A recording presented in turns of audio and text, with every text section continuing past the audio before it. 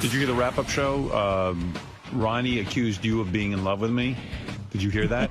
What's new about that? Those accusations have been leveled before. Let me see. I'll find that real quick if I can remember what of the million pages. Gary, what of all these million pages, where is the wrap-up? Gary, page 2, far right column. Robin, Gary, page 2, far right column. Let me see. Yeah, Ronnie thinks Lisa's in love with Howard here. Just like Lisa's she's like totally in love with Howard. It's so obvious. She stands there and she gawks at that monitor and makes comments how great he is and how beautiful his eyes are and he's got the greatest feet and all this kind of crap. I didn't know that. She likes Artie. That's horse. Maybe if she was like a team player and she would come clean with a lot of her like the last time she got laid and stuff like that, or how many guys she's been out with, or does she go out with guys, or what the deal is with her.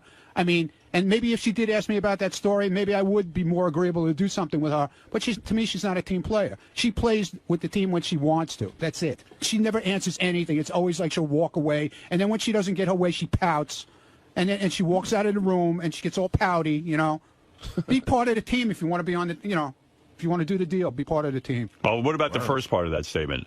Do you want to come clean and tell everyone that you're in love with me? Is that true? I'm not in love with you. I just think you're terrific. You like me. I like you. Right. I think so you're Ronnie's out of line. Great boss. Right. I think you're very fair with people. So, I respect your success. Thank you. So Ronnie is out of line on this. You could be in love with Artie and still respect me. Wait a second. Here's a bigger question. Lisa, if Howard were single and he asked you out, would you go out with him? If I was working here, no. No. Well, you said you'd go out with Artie. So she quit. You yeah, but it's a Howard Stern show. You wouldn't go out with me just because we work together? Oh, that's a tough one. It's not bullshit. Why won't you go out with me? I can't even go there. I can't even. Okay, all right. What do you mean you can't go there? What, just because we work together? That's going to stop you from having love with me? One shot at happiness? If you had a twin, I would date them. But I'm saying. What? So what? A lot of people at work date. That's how people meet. Yeah, that's true. You know, they say it's not great because you see each other every day. But and if it doesn't work out, it could be a nightmare. Yeah. But I mean, we get permission from Mel. You'd have to go and write that letter. I'd have to go, Mel, I need to date Lisa G. Do I have your blessing? Well, like Robin's dating Jim, everything's working out. And Mel would say, the same family. Yeah. Mel would say, who's Lisa G? Okay, yeah. Yeah, you want to date her? I Go would date ahead. anybody you want. Okay, yes, then. You would go out with me. Where would we go?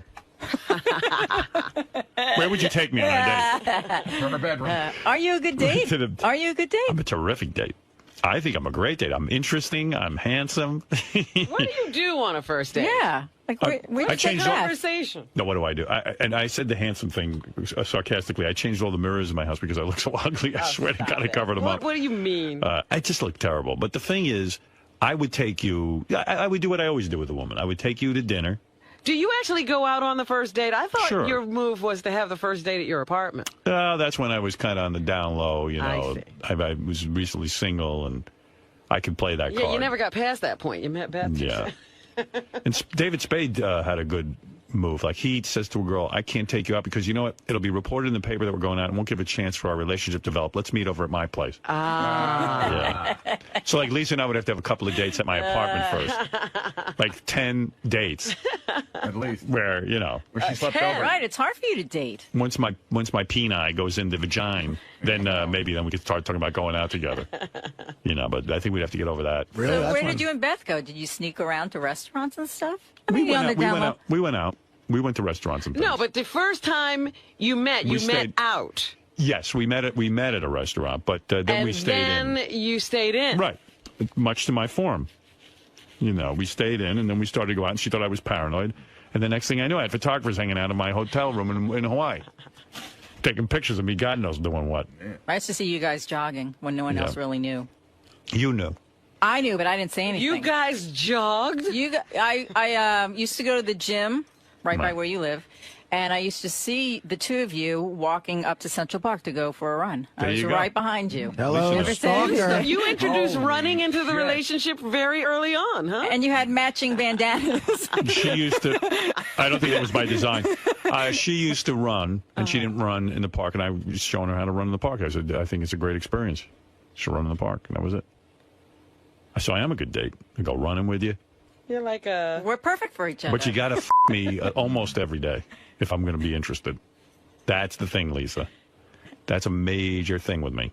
I got to get laid a lot. Yeah. I jerked off Is last that night. objectionable to you? No. I mean, you... I mean, you got to really She's not saying put out. no. You'd have to put out if we were a couple. I mean, once a day. Wow. You know, it's not so horrible. You get it over with. Try to get it over with early, and then go enjoy the rest of your day. Get it out of the way. What's the secret to your sex drive? I don't know. It's the Stern genes. All the Sterns were horny. All Sterns are horny. I mean, telling you. he's a guy. A guy's just like, Yeah. Excuse me? Is he's a guy. And believe me, you'd have some workout every day. But listen, that's the price of being with me. How's your dad? I Same? think my dad's the same. I don't know for sure, but I know my dad was into my dad enjoys a woman. There's no question. I don't know if he enjoys my mom, but he enjoys a woman. Oh, yeah! I taped this when I was 9. That was my dad with a hooker.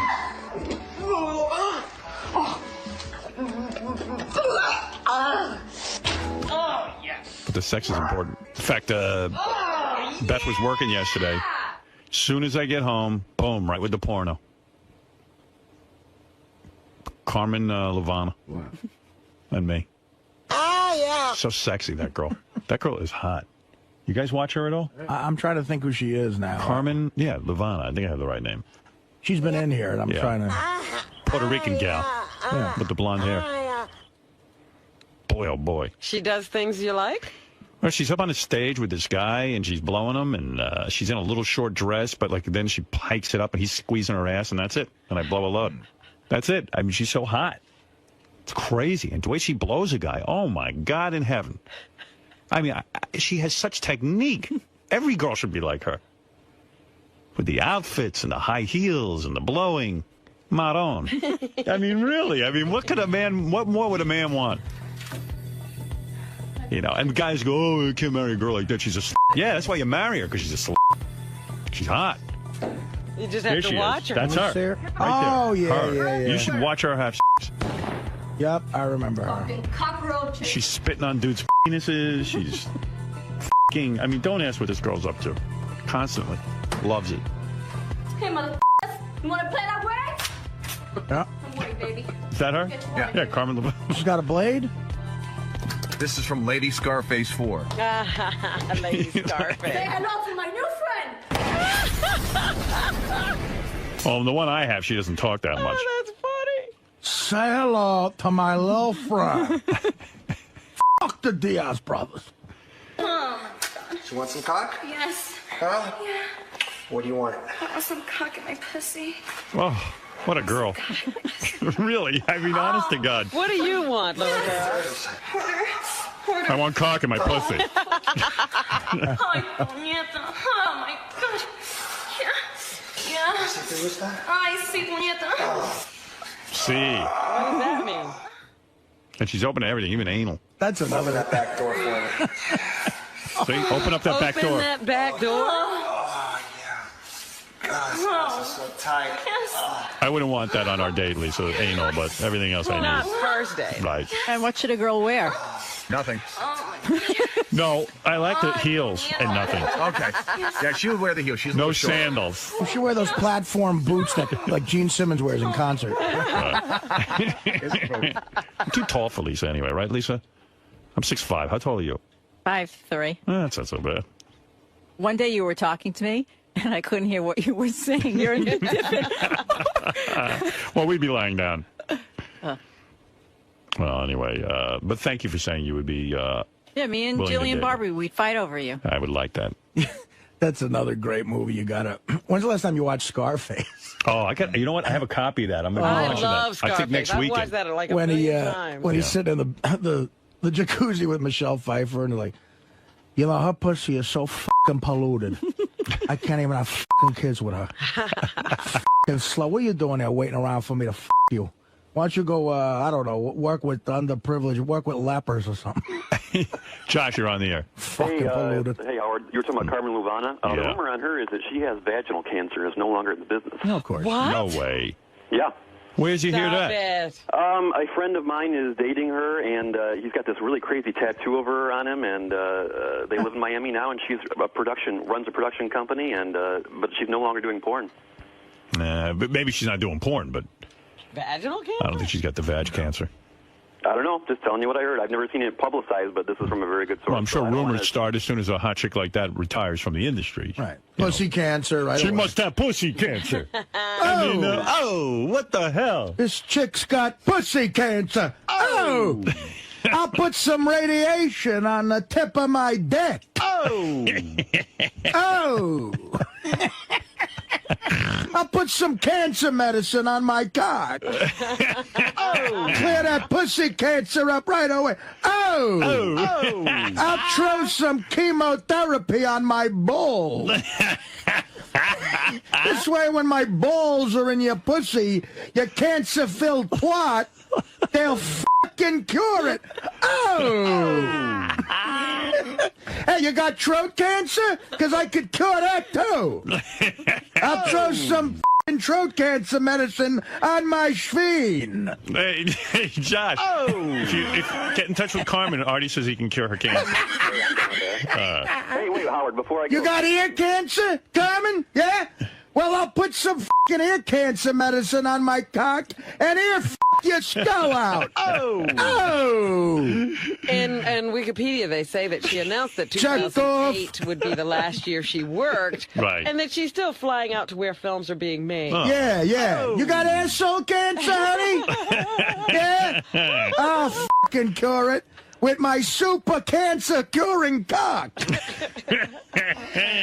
You know, you can make big money going on tour as Artie as 𝗧𝗵𝗲. Oh, please, he should be in the films. I would love that. Be less pressure. You don't have to be Artie. Hickory dickory dock.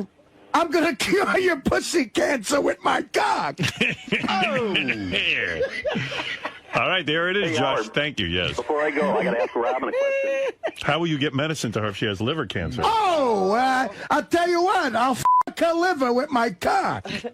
Thank you, 𝗧𝗵𝗲. I'll go right up her ass, through her pancreas, over the colon. You could. I mean, you're so powerful. Yeah. Your cock can get to her liver through her ass. My cock is so powerful and so fucking long, it'll go over your asshole, through your sphincter, up your pancreas, over your spleen, and fuck your liver cancer right the fuck out. Yeah. Wow. Oh, how's that fucking... You got any other organs with fucking cancer? And you put the chemotherapy on the tip of your dick? What I do is I have a fucking cute chick doctor who I'm fucking put chemotherapy on my cock. And then I fuck a chick from here to fucking next Sunday. All right. You got foot cancer? How many girls have you cured I've cured How about do you do that? 3,000 broads already. of cancer? Foot cancer's easy. I have a fucking jerk off my cock and balls when I put All right. chemotherapy. All right, thank you. We get it. Oh, my God. You get it? I get it. Anything else, Lisa? Yes, some hot, juicy gossip from page 69. Jason Kaplan's role as the official photographer for The Stern Show may help lead to a new hobby, gay porn photography. According to page 69's Will Murray, Jason recently approached intern turned staffer Kevin Kraft, telling him he should pose for a gay website, maybe posing nude or even masturbating. And Jason, being a good friend, even volunteered to take the photos of young Kevin. What? What is going on? He's recommending what to people? Listen, that's the kind of story that has to stop this show short. What, you crazy? What? What the fuck? He's looking at a guy and saying, you ought to pose? What? For gay and porn sites? and he wants to take the pictures of him jerking off. I don't No. want... Jason, what's going on with you? Something happening to you, man, that we don't know about? You want to go to the... Why don't you work with lepers? This kid Kevin gets tons of email from The kid with the tattoos and the wild stunts? Yeah, he comes up to me and he's like, dude, I don't know what to do. All these people keep emailing me. Right. They want naked pictures of me. Who does? Gay guys. Where do they know him from? I guess they've seen him on the show. He's been on a couple site. episodes. Yeah, okay, go so ahead. I'm like, dude, take some pictures, throw them up on the web, make some money off it if you're going to do it. And then he's like, ew, I'm not going to do that. And I said, I'll take your pictures. I don't care. You want to take pictures of him jerking No, off? I don't know. I didn't say jerking off. I didn't say that. But naked? Dude, they're blowing the story out of proportion. You really want to be responsible for taking naked pictures of him and like starting him in gay porn? Wow. Do you really want anything to do with that? And like, why do you want to take like gay pictures of him? I don't want to. Forget it. This is ridiculous. No. What do you mean it's ridiculous? But you said exactly what Lisa said. You want to take... Hey, I'm not denying the story. Like, if a guy said to me, hey, would you take naked pictures of me? I go, on what planet do you think I'm living? I'm not taking naked pictures. He came up to me, asked me what you should do. I'm like, hey, make a buck off it. Yeah, okay, fine. Now, that's advice, but then to go... It's bad advice, but... And hey, Artie, can you the gay out of him with your F***ing kid is a fag. I'm going to put some anti-fag medicine on my cock. All right, thank you. But Thank you, Lisa. that is really, yeah, I mean, it's crazy. So but when you say what kind of pictures would you have taken? Not jerking off, but well, he's like, I'm not the guy on. Right, but you know what they want? They want him on his back with his legs spread and his cock and balls hanging out. I just go, look, if '𝗏𝗏 making $3 grand a month for farting why are into you involved? Why are you so anxious to take the pictures? I'm just so anxious to take the pictures. We were talking, so I did.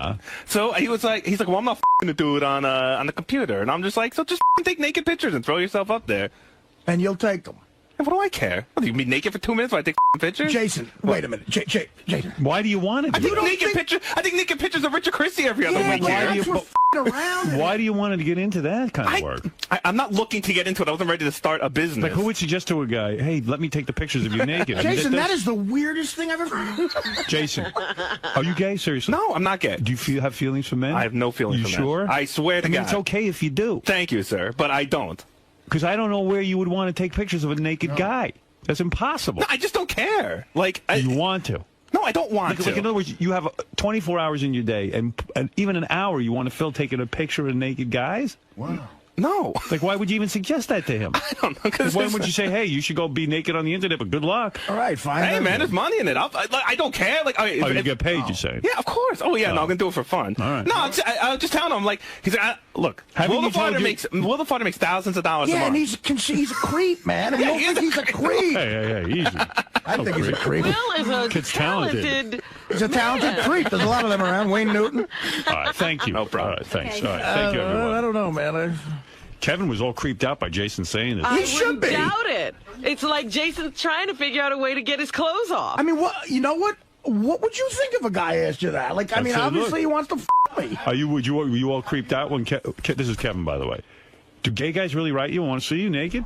Constantly. Really? Anytime I'm ever on air or my name gets mentioned in like a news story or something, I get all these messages on MySpace. And it's not just like normal gay guys, they're like aggressive.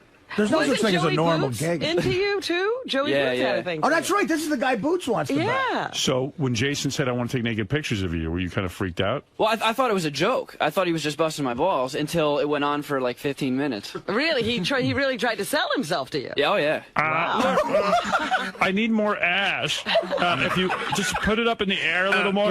Listen, when you split your balls and you let one of them go to the side, the gay guys really like that. Make your cock really wet and hard. Lick it.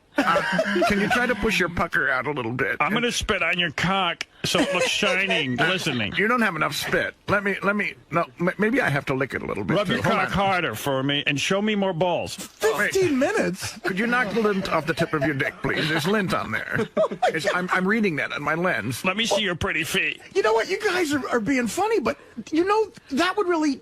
They'd say like that. Because if you're going to take pictures, you want them to be good. You know he'd eventually go, can you move your cock? Right. I mean, I'm not seeing enough He'd cock. have to be posing him to be attractive to a gay website. Spread your legs wider. I'll get good ball and asshole shots. Your cock is your best feature.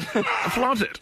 Now open up your ass cheeks so I can see asshole. Oh, my God. Now look at me like you like it. Now lick your lips and stick your finger in your ass. The's money in this. Yeah, this is more disturbing than the Wait, conversation. you got fudge on your finger. Let me wipe that off. First of all... Play with your taint. Straddle right over me. How much money is Jason really going to pull down from this? I don't know. I mean, this is crazy. I just bought an Audi. You guys want to do your shoot right now? Yeah. You don't have to take off your clothes necessarily. Yeah, I just want to see him pose you. Yeah. Jason, show me what you would say to Kevin. Like, keep your clothes on, but pretend he's naked. Yeah. Nah, get him at least in his undies. What's a good strategy for gay porn posing? Jason, what would you like to see him do? You want him down to his tighty whities? If you're not so uptight. All right, Kevin. This is your gay porn shoot right now? Yeah, go ahead. Shoot. All right. Pose me. I'll pose you. Just here's what I want you to start doing. Just start lifting up your shirt slowly, like just show off some of your stomach. Oh, my Go ahead. Ooh, creepy. Could you unbuckle the top button, please? Kevin, don't look grossed out by it. Look into it. Oh. Yeah, I mean, you're trying to make it. This is already creeping. That's what he's going to be saying to you. Jason, man. All right, thank you. Hey guys, hold on a second. Kevin, dude, is there any way that you're going to be taking pictures with Jason? The only way I'll be doing gay porn is if I'm going after Jason's big tushy. Look, if the kid wants to leave 10 grand a month on the table, that's his business. I got to be able to sleep at night. I have a soul. Listen, Kevin's got a lot of fans out there. These guys email him like crazy, and I say give the people what they want. What do the fans, what do they want from you? And did they request anything outrageous? I think the most disturbing thing I heard was a dude tell me he wanted to suck my dick until I begged him to stop. Okay. Now, how do you not tap into a market like that? That's what I'm saying. You got people. We have a product. We have demand. He's a walking gold mine. We have the equipment. As Tim would say, I think man can solve this for everybody. This guy can get virtual Kevin sucking his cock, and Kevin get some cash. Hey, to quote the great movie Harold and Kumar, just because you're hung like a moose doesn't mean you have to go into porn. See, you know, I'm not getting. saying I'm hung like a moose. I'm not getting this. Kevin is the one that would obviously be benefiting the most, money-wise. But Jason, you're the one who's really pushing this. Dude, benefit the most money-wise. If he's pulling down 10 grand a month, and I could get 3 grand of that, I'm benefiting. Yeah. That's my agent, my gay porn agent. Yeah, 30%. That's how it works in gay porn. All right, thank you. Any chance? Any chance he's even taking pictures? Sorry, gentlemen. Not happening. The monster is staying in my pants. Hey, you know, I don't even know if I want to get into this. What? No, one of the guys was reporting to me that, I don't even know if I'm supposed to mention his name, but he said they were walking by Scott the Engineer's studio and they keep hearing like drum beats and all kinds of shit going on. What's he doing? Mixing something for his son? Yeah, that's what it turned. And then there was a whole bunch of investigation. Scott's just back there mixing up his son's album. And so I said, well, maybe he doesn't have enough to do. Why don't we get him involved in some best of tapes? I mean, if he has that much time at work to be like mixing his son's entire album, and according to people, it goes on like for lots of hours. Oh, really? Yeah. And then someone filled in for Scott. Tim Sabian told me somebody filled in for Scott, and he said he did Scott's work in about an hour. Wow. For the whole day. That's what everyone. The rap is that like the rap is that you don't do that much. Something for a couple of seconds, but no. No, they busted you. Totally. I've been here. Not today. This has been going on for a while.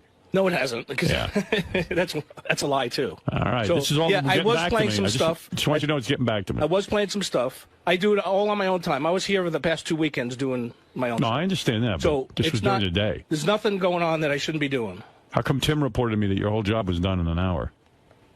Well, let Tim come in and sit with me for 8 hours and see what I do. All right. Don't let me hear you. Want to fire me? Fire me. Okay. Oh, I mean, why are people lying? I mean, ask my intern. People are telling me. Ask the people that's sitting there. Did I say I was going to fire you? No, but you said maybe you should have more work. No, you have people that are lying. I have plenty of work, and I've been doing it. How come the filling guy did your work in an hour? Because he didn't do everything. And he worked on your son's album. What? Yeah, he did all the work on your son's album and did all your work in an hour.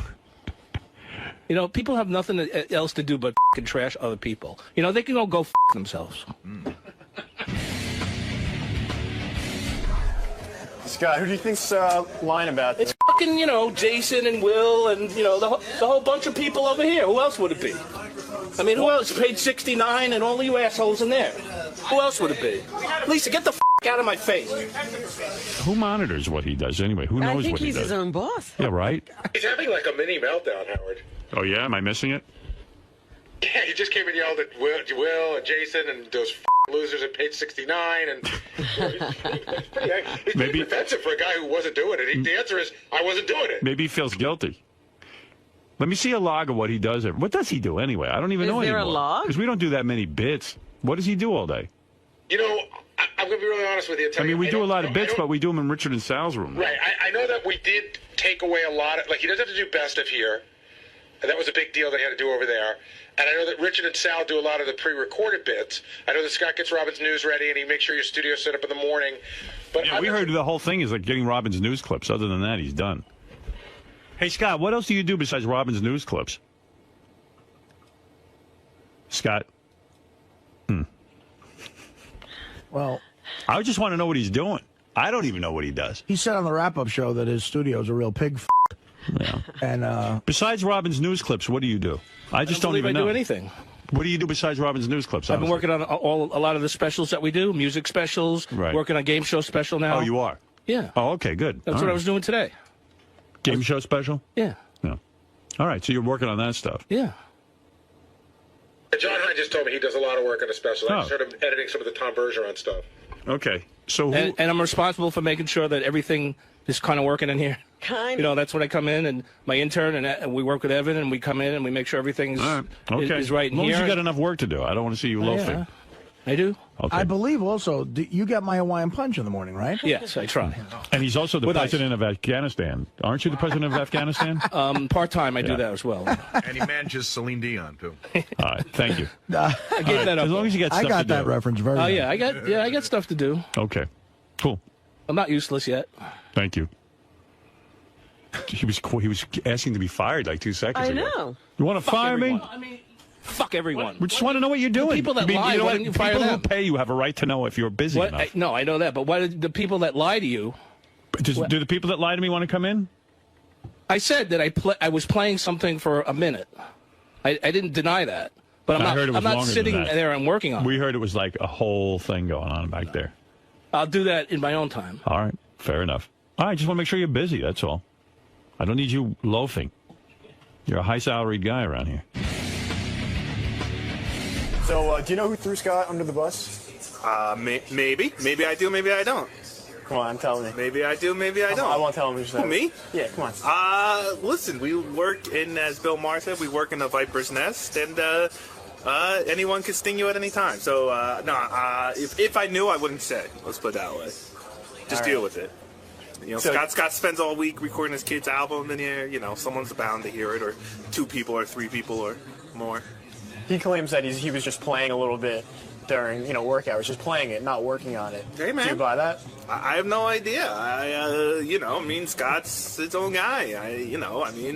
If he says he was just doing it a little bit, then he was just doing it a little bit. I don't know how several different people would report to Gary one thing, and it turns out Scott was only playing it for a minute. But I guess all 4 people walked by Scott's door that 1 second during the week that he was mixing his kid's album. So I guess it was just bad luck for Scott.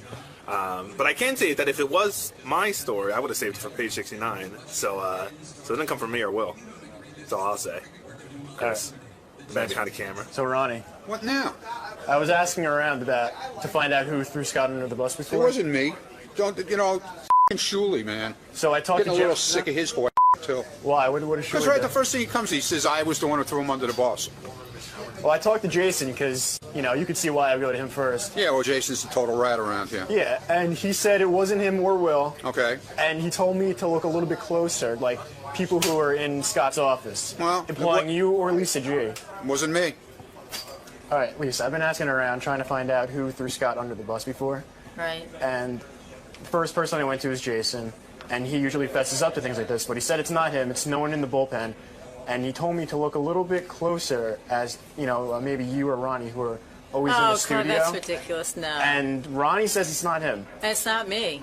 That's funny. The first person I always think of is either Jason or Will. Exactly, yeah. But like I said, Jason's usually mans up. No, But- I'm not back here that early to hear him play stuff like that. So it's someone who's here before the show starts, who's back here in the bullpen. Now, who would you think ratted him out? What do I think? Jason. Right? He's the only Yeah. person I know. I'm kind of dumbfounded myself. Jason. Who does Scott think? Scott thinks it's someone in the bullpen, Yeah. but he's not naming names. That's what you Yeah, so it's someone who's back here who hears it. His door is open. So it's someone in ear distance, listening distance, who could hear it. Do you think maybe Will? No. Like, Will's Today, he has a good relationship with Scott. I don't think Will would do that. I don't know who would do it. I'm trying to think of the history of who's thrown Scott under the bus. I don't know. I always think Jason. Jason? Either Jason, Will, or Steve Brandano. Oh, I didn't think about Steve. We should. Oh, yeah. I'll ask him. Okay. All right, thanks. Well, Lisa. who do you think it is? I still think it's Jason a little bit. Yeah. Even though he says it's not him. But like, I don't know. I can't think of anyone else. I mean, did everyone know his son was coming up here, or that he was editing? He didn't announce it. No, so I didn't know about this. Right. So it's someone who knows what's going on back here. It's someone who can hear it. So that means someone who's close to him. Jason. Will, do you have any idea who threw Scott under the bus? I don't know. I know it wasn't me. And Jason says it's not him. No, I thought it was like, I think it's Tim did it. Oh, really? Or Jared, one of those guys. Because he mentioned Tim. Howard mentioned Tim when he was doing the rap, so that's my guess. Oh, but I also think a bunch of Howard TV guys might have said something, because I was back there and they were all prepping for the bit. They're like, oh, they're going to do it, they're going to do it. So I think it actually might have been like Goodstein or one of those guys. One of those little weasels back there in the Howard TV room. So, Doug, I'm trying to find out who threw Scott under the bus before, and Will points a finger at you. And me? Scott the engineer? Yes. No. How would I know that? Will said something along the lines of that you knew that the fight was coming up. You were kind of prepping it. Dude, dumbass. I was in the studio and they pitched it to Howard. Duh. Well, he's saying it to you. And then my job is telling that we should be ready with the camera and what's coming up. Come on, let's go talk to Will.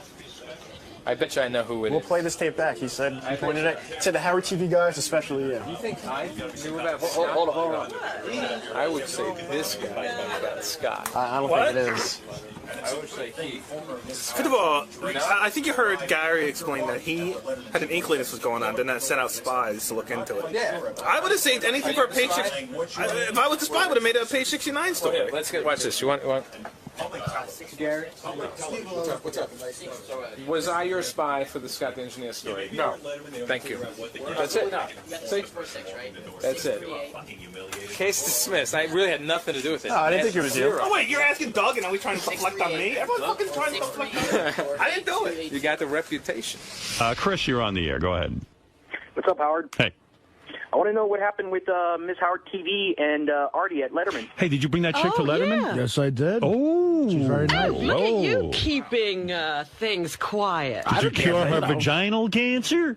Oh, she doesn't have it yet, so when she gets it. She's still at your apartment? She won't get it. Did you examine her to make sure she didn't have it? No, what happened was somebody dropped the ball out there. She wasn't, like, I'm glad I sort of re-brought it up at about 2 o'clock because there was an early taping at 3:30, and I said, Ted, what's up with the broad? And he goes, oh, I don't know. I didn't talk to him. What do you mean you didn't talk to her? Because it's not important to him. Yeah. So, anyway, I had my female assistant, which is very awkward. To have her coordinate. Now you have her calling girls. Well, it's hard to have a female trim coordinator. I'd leave that with Teddy. Yeah, but no. Anyway, she was already like home in another borough, and I said she thought we were kidding. I said, of course we're not kidding. What are you? Come on, this is. Yeah, you're hot, and I want you. I mean, this is my full court press, man. All right, so you bring her. So she says she showed up. She looked gorgeous. Right, shorts, and she dolled herself up, and she looked beautiful. Yeah. And she really, was respectful, and I tried to do all the things like in front of her, like talk to the segment producer. Right. He gave me my notes. Art, this, Dave like this. And this. Did you have a limo pick her up or anything like that? Well, no. She came into the city, and Teddy met her a couple blocks away and walked her over to Letterman. Okay. And then I made sure that Teddy showed that. I said, Ted, say that in front of her to the security guard, this is a guest of Mr. Lang. Right. And I think he did that. And then there's a green room in my dressing room. You just wanted her to see someone call you Mr. Lang? Right, exactly. Right. Okay, yeah, go ahead. of course. And then have a response to it. Yeah. And then, the security guy said, is Jessica Lang on the show? And we went up to... Who is Mr. Lang? Mr. Lang? There's no Mr. Lang here. We went up to the dressing room area. And this could not have been any better. Go ahead. The first guest was _�𝗵𝗲 𝗪𝗁𝗍. Right. Yes. Right. So this guy, who's a good friend of Vinny and mine, he's a nice guy, Tom Bernard. He's a bigwig in showbiz, and he produced Ben Kingsley's last film. Okay. So he kind of knows me, and right in front of the broad, this was like, if I wrote the script, it couldn't have been any better. What happened? He comes over to me and says, Sir Ben Kingsley would love to meet you, Artie. Wow. I mean, come on. And That's you like, say, hey, so, what you're supposed to say is, fuck him. like Don Rickles with Sinatra. Yeah, right, yeah. Like, You say- can't you see I'm with people? Does she even know who Kingsley is? She said... She probably didn't know, but she knew he was important because he was a sir. Yeah. Yeah, she... Hey, Artie, who's Ben Kingsley? Right. Tell she Ben knew. Kingsley Mr. Lang is busy now with this young lady. Yeah, it was Gandhi, Gandhi. He will meet with a guest, but only on the protest. She knew it was Gandhi, though. Right. Which is She knew good. Gandhi. Yeah. At least she knew who Gandhi was. I don't think she knew the connection between Gandhi and Ben Kingsley, but separately she knew, both people. Just tell Gandhi to come in. She here. is aware of did Gandhi. You say, did you summon him to you, or did you? No, I went down to him. Oh, And sorry. thank God she didn't come to that, because clearly Ben Kingsley did not want to meet me. Oh, really? That was one of those things where, I said, don't. As we were in front of the chick, I made That's believe it. okay. Right. Yeah. But when we're going down, I'm like, dude, he That's what you doesn't should have want said. You know what? I'm too busy right now. Well, I did that when I had the 3 broads last time. I did that exact thing with Paris Hilton. Yeah. That's cool. I said, you I don't don't want to be running around for Paris Hilton. That's what I said. I don't want to meet her. Say, I wiped my ass with Paris Hilton. Right. Oh. Oh. Tell Paris I can cure her f***ing twat cancer. Oh. So I get down there, and Ben Kingsley he walks right by me. And then so now the guy has to So grab how does that him. come about that they say That Ben he Kingsley wants wants to to meet meet I think you? the guy was trying to show me that he could get me to meet Ben Kingsley. Oh, I don't know. who cares even? So, he said, no, now he has to grab him before he goes into makeup. And he goes, Ben, this is Artie Lang. And he goes, who? And he goes, are you the chap who's on after me? He said, chap. I said, yeah. And I was like, I tried to think of some small talk to say, I said, yeah, don't get too many laughs out there, man. I got to go out there and be funny. Don't kill the audience. And he goes, I assure you I am not concerned. What he said, well, he kind of said, he goes, you have no worries there, my friend. Actually, he was very charming, I mean, as long as you're and he's about 2'8", which as long was as you're not also, bringing the chicks, just have Teddy walk in and say President Bush is downstairs and wants to meet with you, Artie. He wants to know what you think of the Iraq War. well, tell him I'm against it. I'm a Brock guy. Right. Have someone bring you a phone and pretend you're on with President Bush and he's wishing you luck. Yeah, hello? Oh, yes, Mr. President. Thank you. That would seem contrived. You think? She wouldn't have known. You're a good actor. But that was cool. So I went up and Did she kiss you hello and everything when she walked in? just a quick. There's a million people around. Right. though. But was she like, But meanwhile, you're thinking about her the whole time. Well, I just wanted to make sure she was comfortable. Yeah. And so I was very attentive and everything. And then we all went down to the green room. I showed her where to sit in the green room. I said, this is probably, you're comfortable here. And Ben didn't have a big entourage. Like with Paris Hilton, there were 40,000 people there. So she's you in couldn't there. get another person in. Yeah, right. But Ben Kingsley, very unassuming, like you'd expect. And Should have had her sit in the control room. Dave, do you mind? Dave, I'm going to need to impress this girl. Dave, I'm trying to get You should have let her direct the show, Artie. Yeah, I'm trying to get a little poontang, Dave. You should just brought her out with you and go, Dave, this girl, just let her sit here, okay? I should have gave her my notes and said, just do my interview. Yeah. Sit on your lap. So, but then, of course, I'm sweating like a pig, and I'm all worried about that. But I let her stay in the green room, and it was going great. She was, happy, nice, and everything. And then they bring me in, and in Letterman's studio, it's literally 2 degrees, literally. And I usually don't mind I can't believe you were sweating in that. I know. I was sweating before. I was sweating before I went. Yeah. So now they keep me... By the way, is this sweating thing a new thing since you got fat? It's the thyroid. Is it? And the liver and the So fat. you never used to sweat, right? Wait a minute. Did you actually get your thyroid checked out? No, but I know that's it. So He's got no hair on his arms. So You do the math. I go in and usually when they bring you right to the inside the studio there, he's about to bring you out, but he had to tape something for the governor, asked him to tape something. I don't know. So that was like 10 extra minutes of me shivering in there, sweating. I thought I was going to get pneumonia. So you were sweating even with that sub-zero temperature. Like they stuck you in a refrigerator, you were still sweating. No, the sweating stopped. It just But you turned got into cold. shivers. Right, like icicles. Yeah. Yeah. But it wasn't enough time for the sweat stain to dry up, so I still had that when I went out there. It was a mess. But anyway... Now, I don't understand how you had a big sweat stain in the middle of your belly from being in that refrigeration But situation. I got it before I went. I know, but would it freeze? It must have frozen I don't into know. your shirt. I don't know. It was still there. Right. So, like you said, it was a good spot. It went really good. And then afterwards, So what did you she... come back out Got a lot of laughs. into the green room. I got out in the green room. There was a lot of people in the green room, and I got like a big round of applause when I walk in the green room. It went very well. Okay. And she was like, "Oh, that was great. Thank you so much." And very, very nice. And we exchanged numbers. We exchanged text numbers. Why don't you take her to dinner? And well, she didn't have time to go to dinner. Oh, she said I don't have time. Yeah, to go to dinner. You said to her, you want to go to dinner? I said we're all going out afterwards, maybe, and she was like, "Well, I have to get back because this was unexpected, whatever, But she, what is she busy with? But she texted and called me about 3 times over the week. Oh, really? So, what did you write back? Yeah, I said, unfortunately, I was doing the man cave thing all weekend, but why don't you bring her over for that? Yeah, she could have hammered a few nails. Exciting, a TV crew in your house? I mentioned Are you crazy? it, but I guess she was busy doing. She like models and stuff. She's busy, I guess. But we made arrangements. I got to go to Dallas this weekend, of course. I'm never around.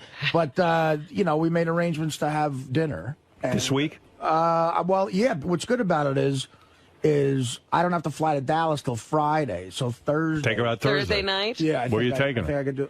Well, I don't know. Take her one of them fancy joints and bang her. There's a million places. You meet her? Are you picking her up? Where is she? Oh, I don't know. It's Monday. We'll make all those plans. Man, look at you, bro. Now you're handling things. All right. I like that. Is she a possible candidate for the wedding? Would you bring her to my wedding? Let me tell you something. I've got some candidates there. Oh, do you? She's who are you going to bring to my wedding? Her name's in the hat. Who else you got? You got some real good ones? Actually, there's a couple of girls that I know of that I might take. Nice. A couple. One in particular is the hottest girl I've ever met in my life. Really? Literally. And you banged this girl? I mean, don't waste it on a chick you haven't I've never banged this girl. No? I've never banged one of the girls from up here. Why don't you have a tournament with all these girls? Bring them in here, and we have a tournament. And the one that wins, and I mean it's like an American Gladiator type thing, and the one that wins gets to go to the wedding. I'll tell you. Wouldn't that be cool, Robin? I would love it. 2 of them might go for it. The really hot one, I don't think would. The really hot one doesn't live in the state. That's the problem. But the one of them that I might take up here, I have had. Why would you? I've had sexual relations with. Why would you consider this for a girl you've never had sex with? Because it might get her to have sex. Exactly. You think that'll be the closer? Of course. Listen, I was able to bang one of the broads without the wedding. By the way, my wedding's going to be sort of boring because I don't have. Don't worry about it. I know how to fucking yap it up. All right. It's not going to be boring. So they'll, You'll be the only one there bored. What happened to that girl's boyfriend? Is he out of the picture? Did she break? That'll give her time to break up. If you go out with her Thursday, she can break up today and. That's the other thing. She texted me back the next day and said she got like hundreds of emails asking if I took her to Letterman. And she also got some very disturbing Photoshop pictures of what her and Gange's kids would look like and what her and my kids would look like. But I got to say, I'm a little worried about my relationship with Gange. Why? Because afterwards, I was maybe I misinterpreted this, but afterwards, Gange wasn't really looking at me or talking to me after that whole thing. Gange didn't have. He has no rights. The girl liked you. No, but she also didn't have proprietary rights. She did say she likes Gange too. But Gange hits on every chick who walks through there. Right. He's just fishing. He can't claim every fish in the ocean because he's got the pole in the water. And she from the first time she walked in here, she had a thing for you. Really? Yeah. Because listen, the boyfriend thing is another question mark. I don't know what's going on there, but the way we were talking, it didn't seem like she had a boyfriend. This one's yours. I'll fire Gange if he makes a big stink about it. That's what I was going to ask you to do. Just get rid of him. All right. When's the last time you hung out with Gange? So he's mad at you. How's that going to impact you? No. I like Gange. No, you know what? No, my problem with Gange is he hits on every girl, and then when you go after him, he's like, "Hey, don't go after my girl." Oh, really? Yeah, is that his move? then he's claimed every girl. What but you know what you should do to piss him off? Marry her. Oh, yeah? That's like That'll Ralph. piss me the off. The night I met Beth, Ralph and I were together, and Ralph called me at one point and goes, I'm not mad or anything, but I just want you to know, I was hitting on her first, and I go, dude, you happened to sit next to her at the table. That was hardly a fucking sign that you were dating her. And I said, if you were dating her, I would never hit on her. But he's the worst person to even bring that up. Didn't he always steal everybody's girls? Well, yeah, but I don't know. Anyway, all right. So good luck, Artie. The answer, Chris, is Artie did bring the chick to Letterman, and he thinks he's got a date with her. Stay tuned. Right, she seems to be interested. Oh, very nice. I'm getting word that Gange actually really is upset with Artie for taking that girl up. Really? Because he's like, I was working her for 2 weeks, and Now Artie has. Meanwhile, he wasn't going anywhere with Working her. her for 2 weeks. Yeah, but you know what I'm telling you? I figured that there's more to it than meets the eye. And If she wants Gange, she can go get Gange. The reports are from several people that he's really mad at me, and I feel bad. I like Gange. You didn't know he was working her for 2 weeks. Well, I mean, he's a girl. I mean, look, this is a hot chick. You know, that's a big score for me and But Gange. he's coming at it like it was his girlfriend, and you stole her away. Yeah, but look, you know, he hadn't even made a play. It's sort of a guy And you know what's code, sad? though. Because he puts in time with these chicks, and like he's probably like he knows her brother's name. He probably knows where she went to high school. I got to tell you, Howard, if I was on the shoot for the bowling thing for some reason and saw that, I would never ever make a move on That's the it. difference. If You saw, didn't see it. Wait a second. If you saw her talking to him, you wouldn't go on over and talk to her. And I knew that he was that into her trying for it. A guy doesn't do that to a friend. You don't swoop in and do that. You know, I would be mad at me. But I you didn't didn't watch anything go down. The girl came in and she said, "I like Artie." Yeah, but you know, then when the Gange thing started, I could tell he liked it. Look, we were on the air, so I was trying to be funny. I was like breaking Gina balls. Lola Brigida. Should I be mad at her husband? Well, she's too old for you. No. I mean, I don't know. I'm trying to think of somebody. No, I know. I understand, but like, I met a dude that went out with her. if you're really into a chick, I like Miss September. Yeah. From Playboy. Right. Am I mad at her boyfriend? Like I saw her in a magazine. I think it's different. I don't think it is. But that chick. It's one thing if he was dating her and then all of a sudden you start dating her. That's a whole nother story. That chick is a score for either one of us. And Gange was working her, and she's nice. And you know how you get with. I tell you, I've had crushes on chicks, and then some guy. Gange. Yo, what's going on, guys? Hey. So I'm not 100% mad at Artie. I mean, I love Artie. So What I mean, percentage are you mad at? And don't downplay it here on the air because I got the inside scoop. You were pissed. No, I just hope Artie knows that, you know, like I'm still. This is not. I don't want to make it a competition. This is not a competition between me and Artie. But you're still into her. Yeah, no, absolutely. So you're going to still continue to try for her? Absolutely. Okay, well then you know what? You know what, Gange? I am going to bow out of this. Oh no. I am. You do your thing, man. But he's not going to get her. No, I know for a fact she likes Gange. He's not going to get her. She likes him like she likes her father and brother. Shut up. He's gonna Bullshit, her Gange. friend. You know what, Why can't Gange? somebody- why can't You somebody remind like me of a guy who like. You brush up against a girl, and now you own her, and no other guy can hit on her. You're ruining this fucking guy's chances. Listen, why aren't you doing this for me? Why aren't you going? Right. I mean, But wait a minute. I'm not What did doing the this girl for say? you The girl said, "I because- like Artie." Hold it a second. I'm doing this because you should go out and get her, but don't lay some trip on Artie. I'm not. Listen, She ain't with you. She knew you for 2 weeks. She didn't have any date, and you're such a fucking pussy. You never even asked her out. Artie asked her out. You're a fucking pussy. I seen you with chicks. I'm not a pussy. Did you ask her out? No. Okay, no. that case closed. You're hanging around her for weeks. You're going to be her best friend, and it's I'm going not trying nowhere. to be your best friend. You're going to be her Stop best it. friend. I'm not. That's not my intention. No, but me and Gange. You just cost this chick 6 figures. Me and Gange are similar with women. I could tell. I'm not the most bravado guy around women. I'm not either, but all I'm telling you is I've seen Gange what he does. He's the guy. He's got his becomes the fishing friend. pole in the ocean, and he goes over to you and says, I'm fishing here first.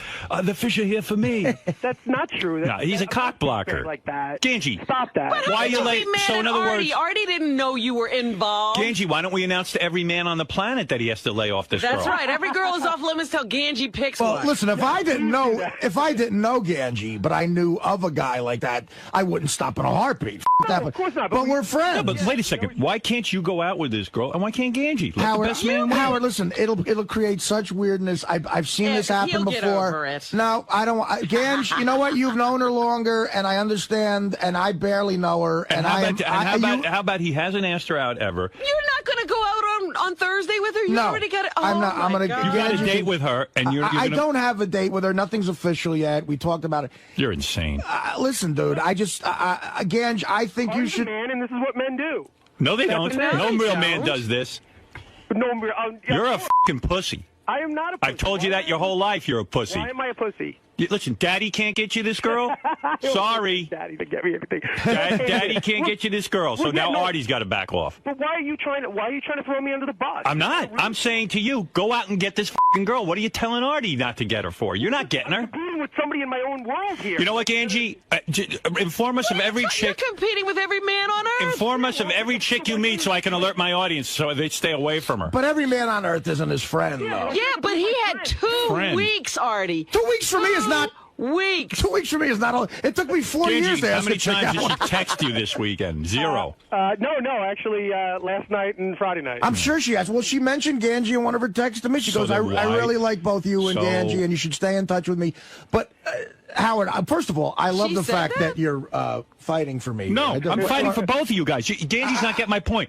Listen, this chick, first of all, has a boyfriend. Both you are in her pants. But let me tell you something. Well, that might be her playing out situation. She walked She in the never room. said she'd quit her boyfriend for Gange. She walked in the room and said she was into Artie. She went to Letterman with Artie.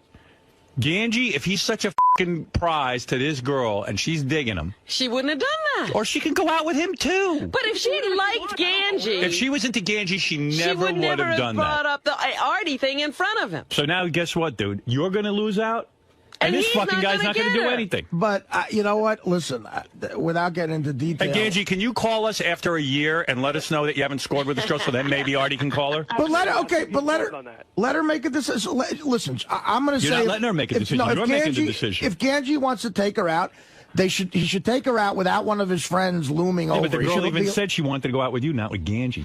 She said, I like Artie better. I don't think she said She that. said it. She that's said, not- Gange's sweet. I like Gange. I'm really into Artie. No, she didn't. Play the tape. She never said I'm really into Artie. She said Gange has a vagina and Artie's got a cock. Well, that's one I got over. Gange, I'm not against you.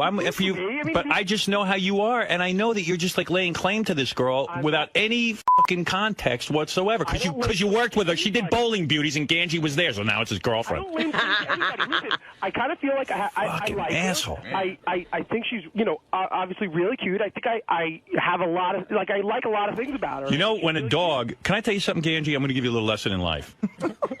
They've actually had cases like this where a couple's getting divorced and they both want their dog. You know what the judge does? He cuts the dog in half. No. No, that would be stupid because then the dog would be... What he does is they have each owner stand on opposite ends. Yeah. And whichever the dog goes to, right, that's the person who gets custody. It's really the girl's That's a choice. dog, not a human being. So let's put her on all fours. I'll stand on that side of the street. All right, what is it, Doug? Doug Goodstein, executive producer of Howard TV.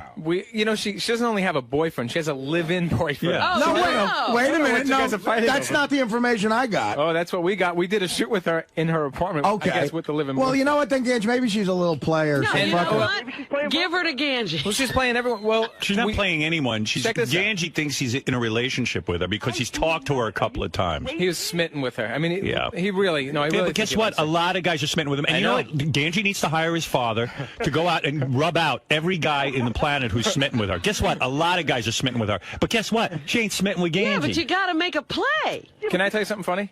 That we did profiles for the Bowling Beauty. So we went to her apartment. We asked her a shitload of questions. Doug, you saw how upset Gange was. He was really pissed at Artie. Yeah, because it's more than 2 weeks. It's going on Why for would like he be- 6 or 7 weeks that he couldn't. Gange can't stop talking about this girl, but I think he's being held back by the fact that she has a boyfriend. Yeah, well, that's typical. But Artie, he's going to make suffer. I'm going to make Artie suffer. May the best man win. Let them It's have not, the cock off. I mean, I'm not a pathetic slob. I'm not going to suffer if I don't get. No, you know what I'm saying. I mean, without getting into any detail, I've been doing all right for myself. No, since I've I'm been not single, saying that. But Gange's been knowing this chick for 6 weeks. He sits home and beats off to her, and he thinks he's in a relationship with her. well, Gange's clearly more into her than I am. At this Yeah, point, but because I doesn't don't know mean he's her going as to well. get to go out with her. I feel as a How do you friend, lay claim to a chick you're not even going out with? I should let Gange have that. All right, opportunity. Gange, Artie's backing off now. You ran into a really nice guy, Gange. Artie is a great guy. I'm not Yeah, saying hey, that. Gange, go get her. Gange felt this way about Britney Spears. He had a big poster of her on his cubicle. Remember when Gange could get Tori Spelling? How about this, Gange? You have 28 hours to make something. I mean, what's the line He here? had 2 weeks. That would would be be great. 6 weeks, Robin. 6? That would be great for the Yeah, air. it's if been you about did give it 6 that long. plus, probably closer to 2 months. You know, We he's had started- 2 months, and the girl doesn't even know yet. He hasn't even asked her out. Right. We met her at the end of forget it. March, Gange, actually, so it's more than forget that. it. Since March, you know this. At what point are you going to ask her out so other guys can go out? Well, I had to wait till Bowling Beauties was done. I didn't want it to be a conflict. Oh, my God. What are you talking about? She was I didn't want, Gange, text her now and say, would you go out with me tonight? And if she says no, lift Artie get his shot. First of all, she's probably home loving all of this. Yeah. Second, but what Doug just said. You two are fighting over her, and she's got a boyfriend. What Doug just said, yeah, a live-in boyfriend. The boyfriend isn't fighting over I her. thought it was way more casual than a live-in boyfriend. I'm like, I mean, that's ridiculous. This I got broad's more a info. She might be a liar. What else you got? We also asked her who she liked, on the staff or at the show, and she said Greg, the camera guy. Of course. And then Greg, Ronnie told me that she wanted to make plans with him too. I'll tell you what, with Ronnie Mund? That's what he just told me. Yeah. Ronnie Mund? So she might be a big flirt playing everyone. Yeah, so you know what, Gange? Her. Just, you know what, that's ridiculous. Ronnie? Yeah, Ronnie. Well, they live near each other, so she said, oh, we should make plans, you know we'll what, walk Gange? the dogs together. All right, okay, I've had enough of this. Gange, she's yours. You win, Gange. You got the prize. There you go. Artie's backing off your girl. Thanks, Artie. You should go dip your cock in acid so you have a vagina between your legs. And put on a damn dress today and walk around in some You should sandals. never have to cry to You shouldn't even have to wear fucking pants. Put on a pair of hot pants, you fucking nut. the man in you. Go get You know what, the girl Gange? if you want. I wasted a trip to Letterman on this broad. Yeah, you could have saved him some All time. right, Gange, God bless you. Yeah, well, I mean, listen, say something nice about me, so like at least maybe she hears that. You look good in a dress. Oh, F you. Goodbye. Jesus Christ. I mean, I don't believe this, Gange. I like Gange. Don't think I'm against him. I'm for him. But when do you have to get help to get a girl from another guy? Can I say something? And if you do, don't go with her because it's going to only be I'm a not disaster. asking for Artie's help. Yes, you are. You're saying back off. You're saying Artie can't go out with her. Artie really It's your girlfriend. He could try to go out with her, too, and listen, but He already has a date with her. I don't, though. Same thing. Listen, based on what I'm hearing Doug saying about Greg and Ronnie, the live-in boyfriend, and the... Go make a living doing that. Woo! Right. How many records How many records between the Eagles and the James Gang have you sold? And Joe Walsh solo stuff. I don't know. You never counted it up? I lost count after about 85,000. I was counting them on my fingers. Somebody said, you mean you really don't know, Joe? Isn't that an impressive number to know for yourself and look back and say, you know what, I can reflect on that number? Probably, but in that category, I'm not really that big of a fish. Look at somebody like Jeff Lynne. Now, Jeff Lynne produced your new record. Yeah. Jeff Lynne was, of course, of Electric Light Orchestra, ELO, and he's a great legendary... That guy sold some records. Did he? Yeah. More than you? ELO, I think so. But if you count the Eagles... Well, in your Eagles, records, yeah, okay, Eagles. Eagles are one of the biggest selling bands of all time. Yeah. Hotel California, Hotel I think... California isn't that the one album that... I think that's the #1 album for the Eagles ever. Greatest hits. Greatest The hits. greatest hits. Yeah, Oh, we wow. go back and forth with Michael Jackson. What's the best song you ever wrote? Seriously, out of all the songs. I have, I don't know if it was Funk 49, Walk Away. I don't know. I could name Rosemary. Rosewood Bitters. Rosewood Bitters. Is more. I think all these great songs. What is the greatest song you ever wrote that you're most proud The of? one you love the most. Yeah. Eagles-wise, I co-wrote Life in the Fast Lane with Great John song. and Glenn. Right. Yeah. Solo-wise, probably Rocky Mountain Way. Yeah. What a song. Do you still stop and listen to that on the radio? I mean, it's on the radio all the time on classic rock stations. If you hear it, will you stop and listen to it and go, man, that's a good fucking record? Or will Who you wrote just that? yeah? Will you just tune by and say I don't want to hear it again? One of the things that makes it magic is it's a bunch of guys playing in a room. Right. Rocky Mountain Way. You're listening to how it was made. That groove you can't do with Pro Tools.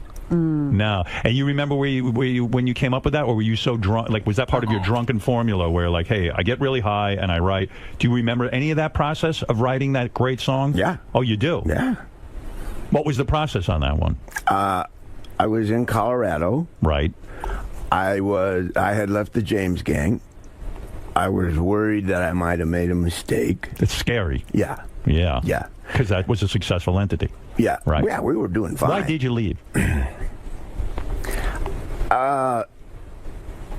3-piece band. I just got saturated with playing really loud and being like a kick-ass guitar guy. Right. Playing through Marshalls and stuff. Why, you thought on your own you could, tone it down? I was hearing all these songs like with a piano. And they didn't want that. The other two guys were against it.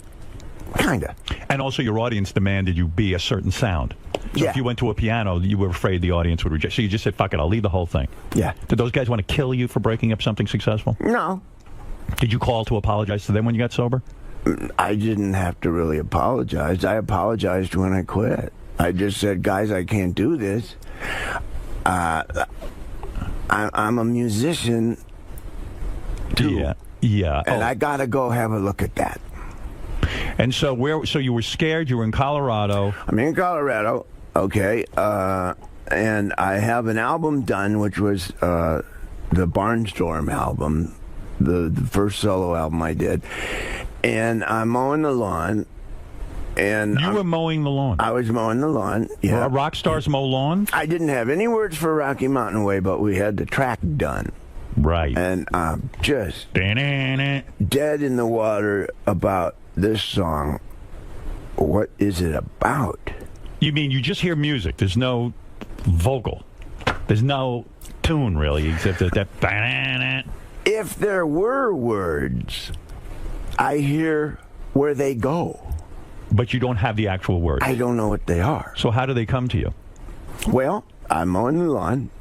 I look up, and there's the Front Range of the Rocky Mountains with snow on them in the summer. Right. And it knocked me back because it was just beautiful. And I thought, well, I have committed. I'm in Colorado. It's too late to regret the James Gang. The Rocky Mountain Way is better than the way I had because the music was better. And I got the word bam. And he's telling us this, tells us that, change it every day. That's about the James Gang's manager. Right. We don't need the ladies crying because the story's sad. That's giving up the regret of leaving the James Gang. And I got all those words all at once, and I ran into the house to write the words down. And the lawnmower kept going over into the neighbor's yard and ate the garden. It was an expensive song to write, but... Oh, I got the chills when you tell me that. Yeah, that's incredible. I get the chills because that's such a fucking cool process. I wish I had that ability. Yeah, that is amazing. Do you have trouble with your neighbors? You had a problem where some neighbor was like stalking you or something, or you had to go to court with the guy, or there was something, he came over with an... Oh, yeah, that guy. What happened there? He finds pieces of property and builds houses on them. Right. And they shouldn't really have houses on them. Right. But he has friends at City Hall. Oh. And, it's a complicated one. I was wishing he wasn't doing that. Right. So I didn't help him. I see. He got frustrated with you. And he got frustrated, yeah. I see. Yeah. It's complicated being Joe Walsh sometimes. But now it seems like it's a lot simpler. You get the wife, you're happy. Oh, it's so much simpler. Now, let me say that Joe Walsh's new solo album, Analog Man, is in stores tomorrow. Tomorrow. Hey, I didn't finish that thought, though, with Stevie Nicks. Yeah. I mean, you two became this couple, and she says you are the love of her life. All those songs were about Joe? Yeah. She wrote one about me, yeah. What was the big one about you? Joe? Joe just fell asleep. Yeah. He's thinking of the name. I'm trying to I'm embarrassed. I don't Was it a remember. Fleetwood Mac song, or was it from one of her solos? One of her solos. One of her solo albums? Yeah. Yeah. Stand there. Has anyone ever wrote a song for you? Hell no. I wish you No, would. that's how the song goes. Stupid. Oh, shit. When are you going to write a song about me? Actually, I got a... That's a good idea. Yeah, I got an email from Leslie West. He claims he has an idea. He was thinking of me. He wants to write a song about me. I'm very honored. That's flattering. I feel like a hot chick. Well, you better wait till you hear it first. Yeah. Give my best to Leslie. I will. You know he lost his leg. Yeah. Yeah, and but he's doing well. Yeah. He has a great spirit about him. He's a great guy. And a great guitar player. Yes, he is. Yes. Now, there's a guy that could probably be on Rolling Stone's list. Yes. Where the hell's he? Exactly. He's not on the list either? That's right. Well, anyway, the legendary Joe Walsh, who is doing so well, happily married now. Happily Very married. happy for Joe. And Ringo is your brother-in-law. My brother-in-law. Do you guys hang? get together? Yeah, we hang. You do. Do you sign autographs? Joe, do you sign autographs? Because Ringo has stopped signing everything. I signed his name for him. You do. That's why he got me. Ringo comes over the house, and it's like a family get-together. Yeah. That's kind of fun.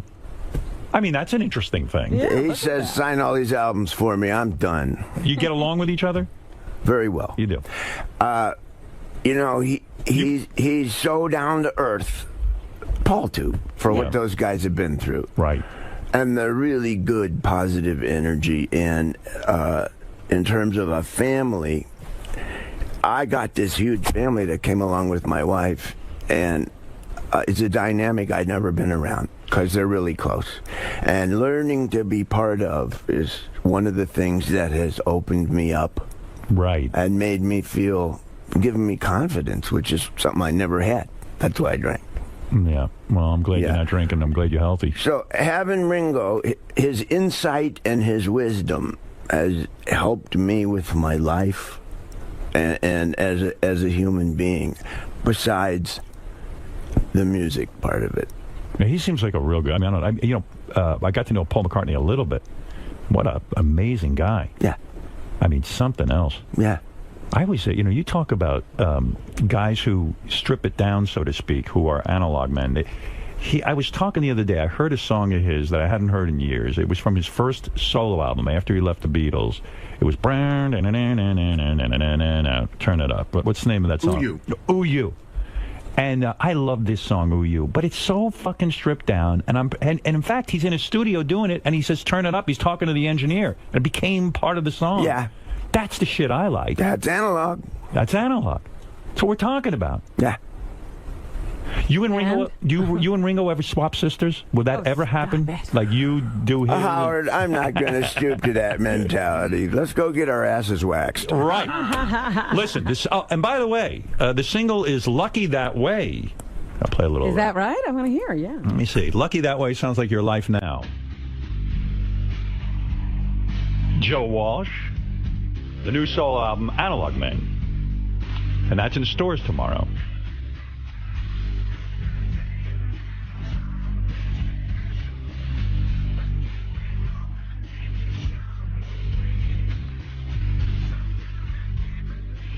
Why do you always do that? In a lot of your songs, when you're singing about yourself, you say, "I'm not that special." I'm like, you may know me. Even like in Life's Been Good, you're like, "Yeah, my fans love me, but I'm not that great an artist." Why do you put yourself down in your own songs? Well, I could either explain it or you could listen to the song. It's in there. Okay. Oh, it's in there. All right. It feels good to be you. It does.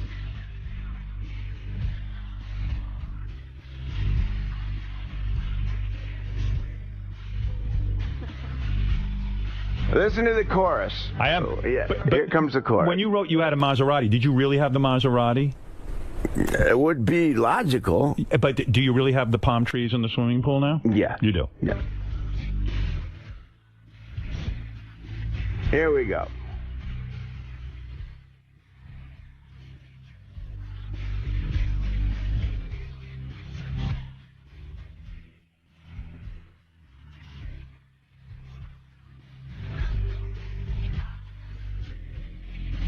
Here we come. This is it. There you go. I'm just lucky that way. Yeah. What is it, Gary? How dare you interrupt my... He's handing me a piece of paper. I'll tell you what it is. Oh, here. Oh. That's a song that Stevie wrote for Joe. God, she must have loved you. What was the song? The song is called "Has Anyone Ever Written Anything for You," as Joe said. And I thought he was talking to me. Listen to this lyric. "You know I'd rather be alone than be without you, don't you know? She'd rather be alone than be without you." What the fuck did you do to this girl? You must He's just lucky that way. You must have banged her silly. Were you in love with her? As a sister. Really? God, she was, I mean, I imagine this was the 70s, right? I mean, she's like a soulmate, you know? You still talk to her? Once in a while. This was like in the 70s, right? I mean, was there a more beautiful, physically beautiful woman than Stevie Nicks and all that talent? I mean, you would think that's the whole package. I mean, that would be my fantasy. Were you not into her? No, I was, Robin. That didn't come out right. All I'm saying is that we were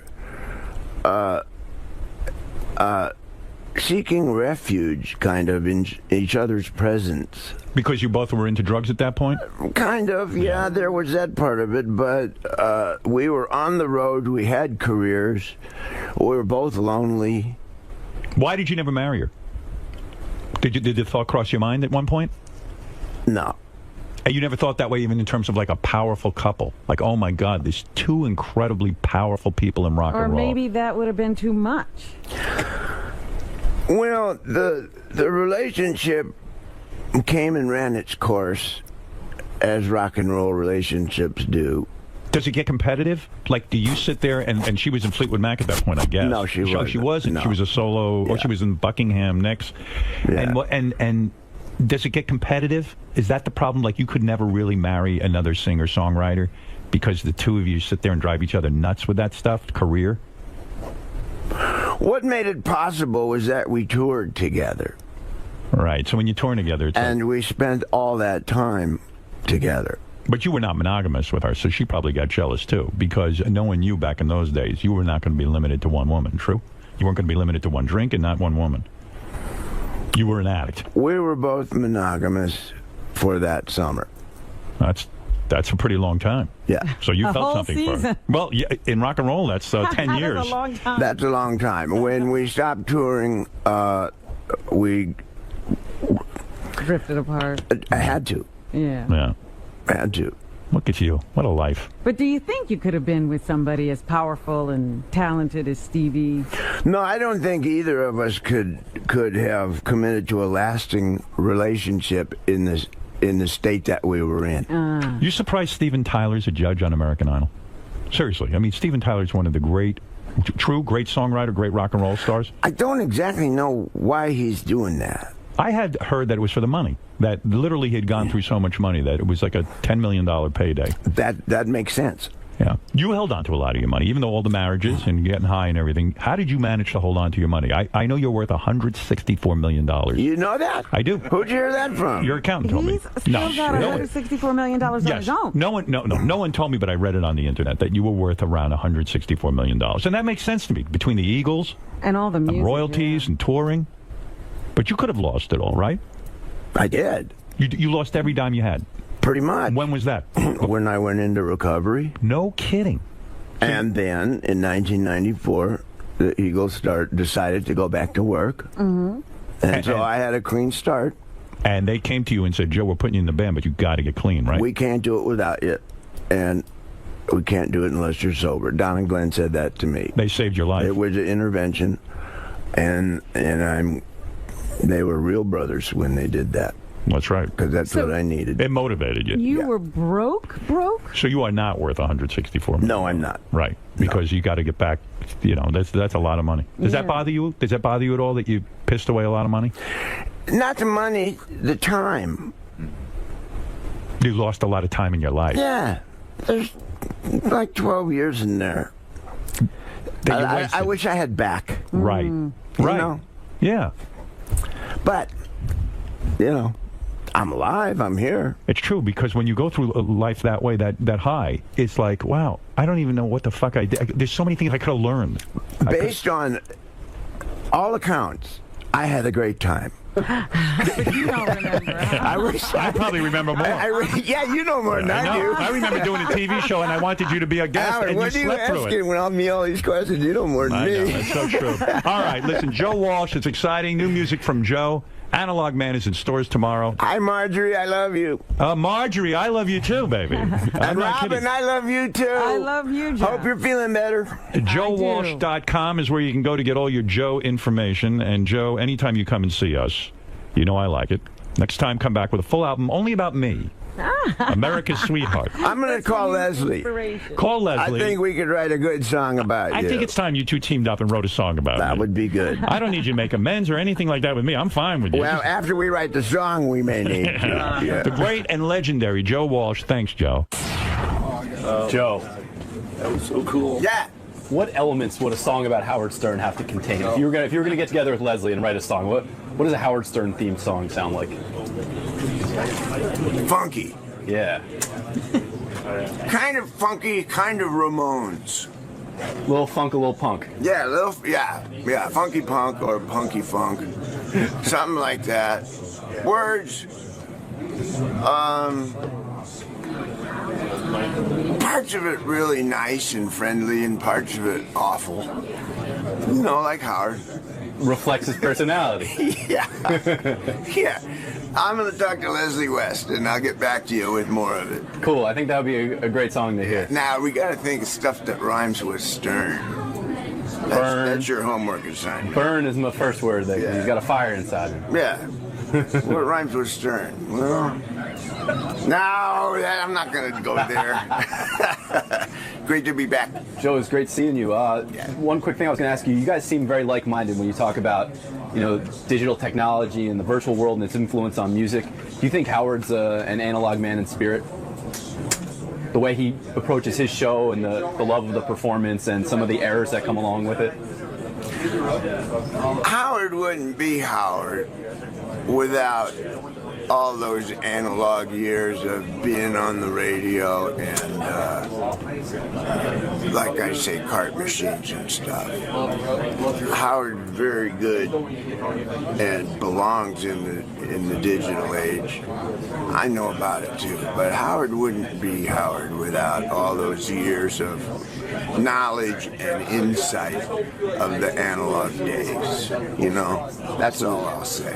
All right, Joe. Best of luck with the new album. Yeah. See you soon.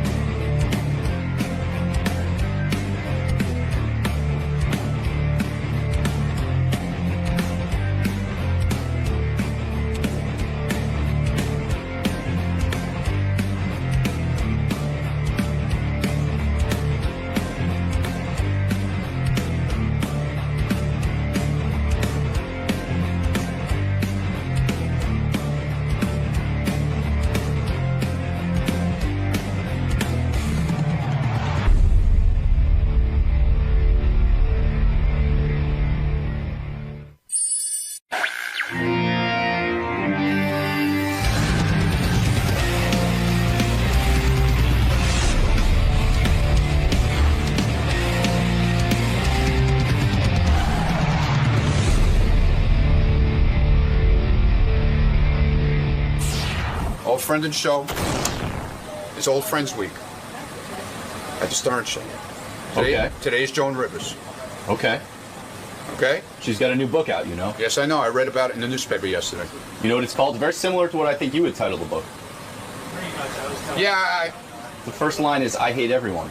That's it. And then she says, starting with me. But I don't think you feel that way about yourself. I don't hate myself. You love yourself. No, I don't. I love you. Good morning, Joan. Good morning. How are you today? A little disappointed because you don't have your ice cream machine anymore. We got rid of that?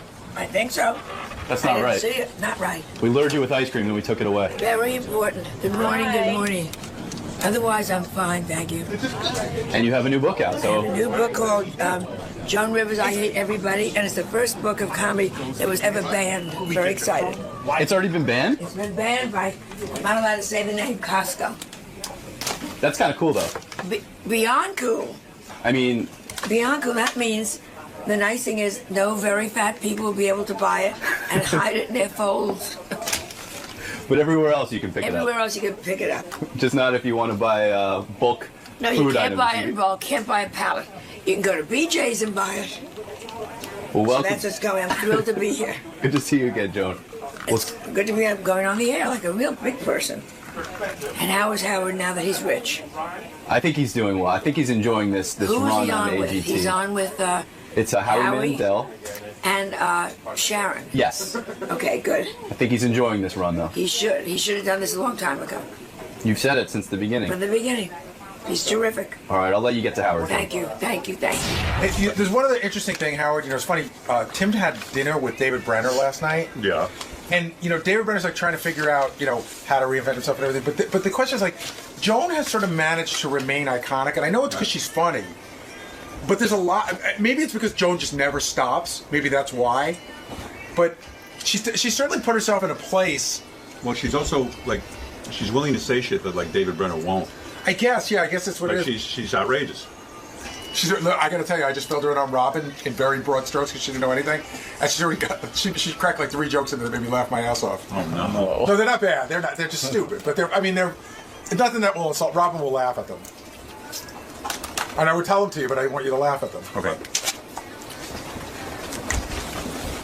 Hey, Joan Rivers is here. Joan Rivers just came out with yet another new book, I Hate Everyone, starting with me. It's in stores today. A living legend.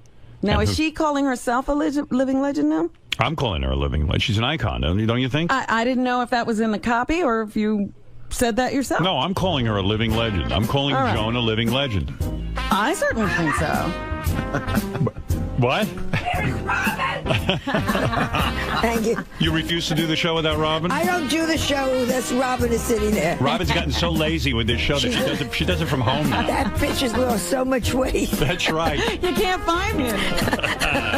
I love you on the thing with Howie Mandel and Sharon. America's Got Talent. Oh, well, you know the name. I don't have to learn it. Yeah, why did you need to learn that? And why do you need to be bothered? I enjoy doing it, I believe it or You not. look like you enjoy doing it. I'm having a lot of fun with it. Yeah, yeah. And I said, what is left to do in my career except shock everyone with doing a family show? Yeah. I mean, really, when you think about it, who would have expected that one? But you're so cute, and so I go back to NBC when they had you in that closet.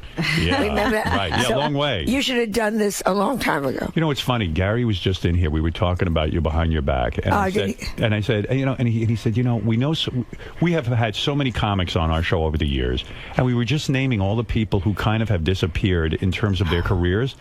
And Gary goes, don't you think it's amazing that Joan Rivers, I mean, really think about it. Like, she's still relevant and funny and like really has a real career as opposed to like a Mercy booking somewhere. Yeah, thank God. Yeah, and it is amazing. So he said, what do you think the secret is? And I said, I think the secret is she's funny. She's like... She's actually talented. I keep looking over.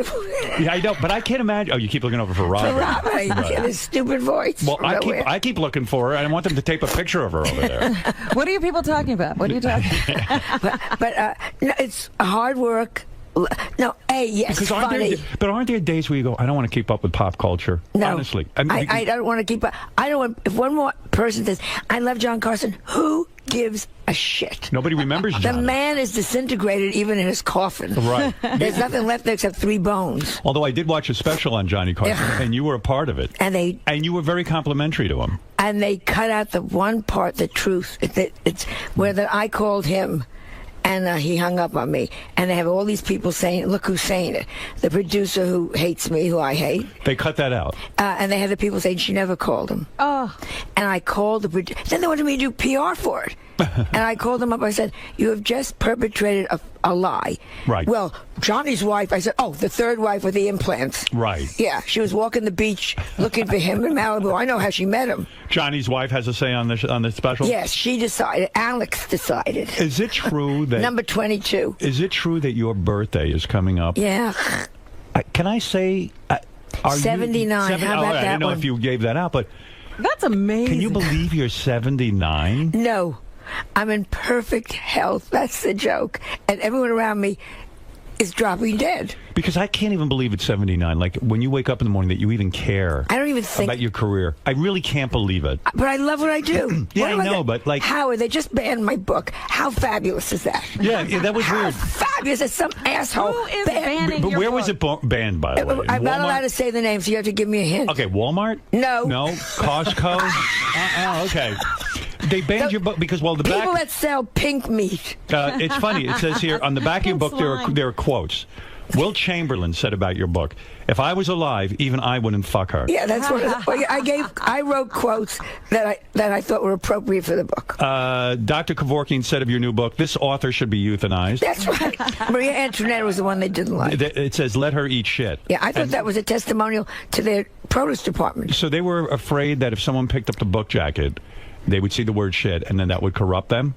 Meanwhile, they sell people. ammo to children. Right. You know what I'm saying? I don't know. Who was ever hurt by that? Yeah. It's so stupid. But I got so excited because I'm from the generation where they used to ban books in Boston. Right. I said, this is fabulous. Because Well, it's a funny book. It is funny. In fact, I was looking through the book, as long as we're talking about your book. Oh, we don't have to. No, I want to talk about it because there was one quote that I thought was outrageous. And in a politically correct society, to say this, I'm going to quote you now. I thought this was pretty wild. Let me find it because I have a lot of quotes. I have never been politically correct. All right, listen to this. You write about, in your new book, the TV show Glee. Yeah. You say, on Glee, all the homo kids. Now, this is a quote. Okay, because a lot of people aren't saying that kind of stuff anymore. Okay. On Glee, all the homo kids are smiling and giggly, and they spend every day singing in the halls. When I went to high school, the homos spent most of their days hiding in their lockers crying. That's right. You feel a show like Glee should be about kids hiding in their lockers, right? Everybody's happy. The fat girl is singing. Yeah, right. It's true. In high school, where is the reality in that? The fat girl had to hide. Leah Michelle, whose nose continues around the corner. You're like, what planet is this? Yeah, this is not the high school I went to. Well, maybe the feeling is if they present an imaginary high school where everyone has fun, that all the high schools around the country, all the kids will think gay people are fun. And let's include the crippled kid on the team. I was on the baseball team. I played so far out. By the time I came in from the outfield, we had to go back again. Do you think it built your character, Joan, that you were ostracized as a teenager and that you were locked in your locker many times and things like that? Like, in other words, it built character. It can't all be good. I think it's great sometimes. And I'm being serious now. Go ahead. That you get a couple of knocks. I think the stupidest thing is all these little crappy kids who can't play. They all get like a certificate. A trophy. You were good. You get a trophy. No. You were bad. You know what I hate the most? What? When people say to the child, the divorce had nothing to do with you. Meanwhile, your big head stretched your mother's vagina. She's flapping in the wind. It's so big that the husband didn't want to bang her. That's it. The husband and 4 people were in there. You make a good point.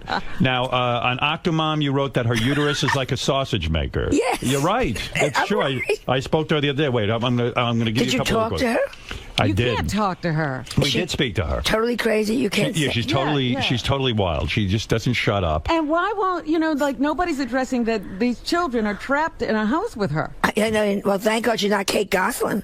Now, what about this? Can you be sued in your book for writing about Oprah in this manner? Did you check this with lawyers? I checked this with lawyers, and it's a humor book. I see. Because it says here. That's how you get away with it. It's a humor book. You say Oprah is 𝗧𝗵𝗲 beard. That's what I think. Yeah, you say, yeah, sure, Oprah denies it, but even Abraham Lincoln didn't have this big a beard. I know Oprah's opened schools and raised money and given away big, Buicks and things like that, but so what? She can't keep her weight at a reasonable level because that's important to you, right? I mean, someone has to keep their weight at a reasonable level. One day she weighs 140. 2 days later, she's being fitted for a boat cover. How long did it take you to write this vicious book? Yes, I mean, did this just pour out of you, or did you have to labor over it? You're such an angry woman. It's funny. Are you angry? Are you an angry woman? Oh, I think I'm furious. Yeah, you are. What do you think you're furious about, honestly? About the stupidity of everything. Do you think that's sort of seriously? Does it go back to your mother and father? No, I'm being serious for a second. Yeah. Do you think like your personal anger? Do you think you're so angry that it goes back to like your mom and dad not treating you properly? They were very good parents. Were they? Yeah, I had what you call a very good childhood. They understood you to a point. What happened? I get a feeling they didn't. My father was a doctor. He worked hard. My mother was a housewife. She did her best. Right. They cared about the girls, my sister and I. Did they sit there and worry? Like I worried everything that Melissa did. Right. I doubt it. Is your sister still alive? My sister's still alive. Is she totally jealous of you and your career? Probably. But she a married woman? She married, 2 children, both did well. She's a lawyer. Are you angry that she had the marriage that lasted and that she's happier than you? She's not happy than I am. She isn't? Oh, she's miserable? I'm very happy. Is she happy in her marriage? She's happy. Well, he died. Oh, he died. So she is happy. Well, look at the age. Yeah, right. How many guys last that long? These men are dropping like flies. You're not kidding. So when you write a book like this, you sit down, and how long does it take you to write a book? I wrote it it's a humor book. It's just what I think about everybody. Right. And what I think about everything. Children on planes. Right. Terrible, right? Well, what do you do? Where is Casey Anthony when you need her? Right. How are they supposed to get around you? I don't care. When I had Melissa, we went on a plane. I would bring wrapped gifts. Like, she had a Barbie doll, so I'd wrap up a pair of shoes. Every half hour, she got another little present that she had to open and play with. She was my responsibility to keep her quiet. So you kept her quiet by doing that on the plane. That's very fair to the other passengers. That's the only way you should do it. Right. You planned ahead. Or chloroform it. I mean, you got 2 choices. Yeah. Because I went to the movies the other day. I went to see Avengers, which is a scary movie to bring a 5-year-old to. And these 5-year-olds, I mean, you can't do that. You can't bring a 5-year-old to a movie like that. And God forbid you turn around and say, please keep your child quiet or get out. Oh, I told the woman to get the fuck out. Good. Yeah, I really did. You should. Yeah, I'm glad she didn't punch me in the face, but I mean, I was really pissed. The kid's going, Mommy, I'm scared. I'm scared. And I go, get her the fuck out of here. Take him out. Right. I'm angry too. I took Cooper out of Mary Poppins. She got scared of that ugly Mary Poppins, so we left. Your grandson got scared at Mary Poppins? Well, he was young. I'm worried about this kid. Well, listen, an ugly woman with an umbrella. Do you get jealous of female comics, particularly female comics who, like you kind of see, like 𝗧𝗵𝗲 𝗦𝗵 right now is very hot, right? Well, to a point. How many black guy fucked him jokes can you do? So you're not thrilled with She'll cool her? off. No, she's a one-note comic. She's fine, but she's not. Here we go. She's fine. Why are you being diplomatic? Because she's going to come after me, and she's probably a very nice girl. Oh, my. No, but I'm I saying, don't think like she's some one people note. say 𝗧𝗵𝗲 𝗦𝗵 is the new Joan Rivers. You know, No, they're always no looking for way. the new Joan Rivers.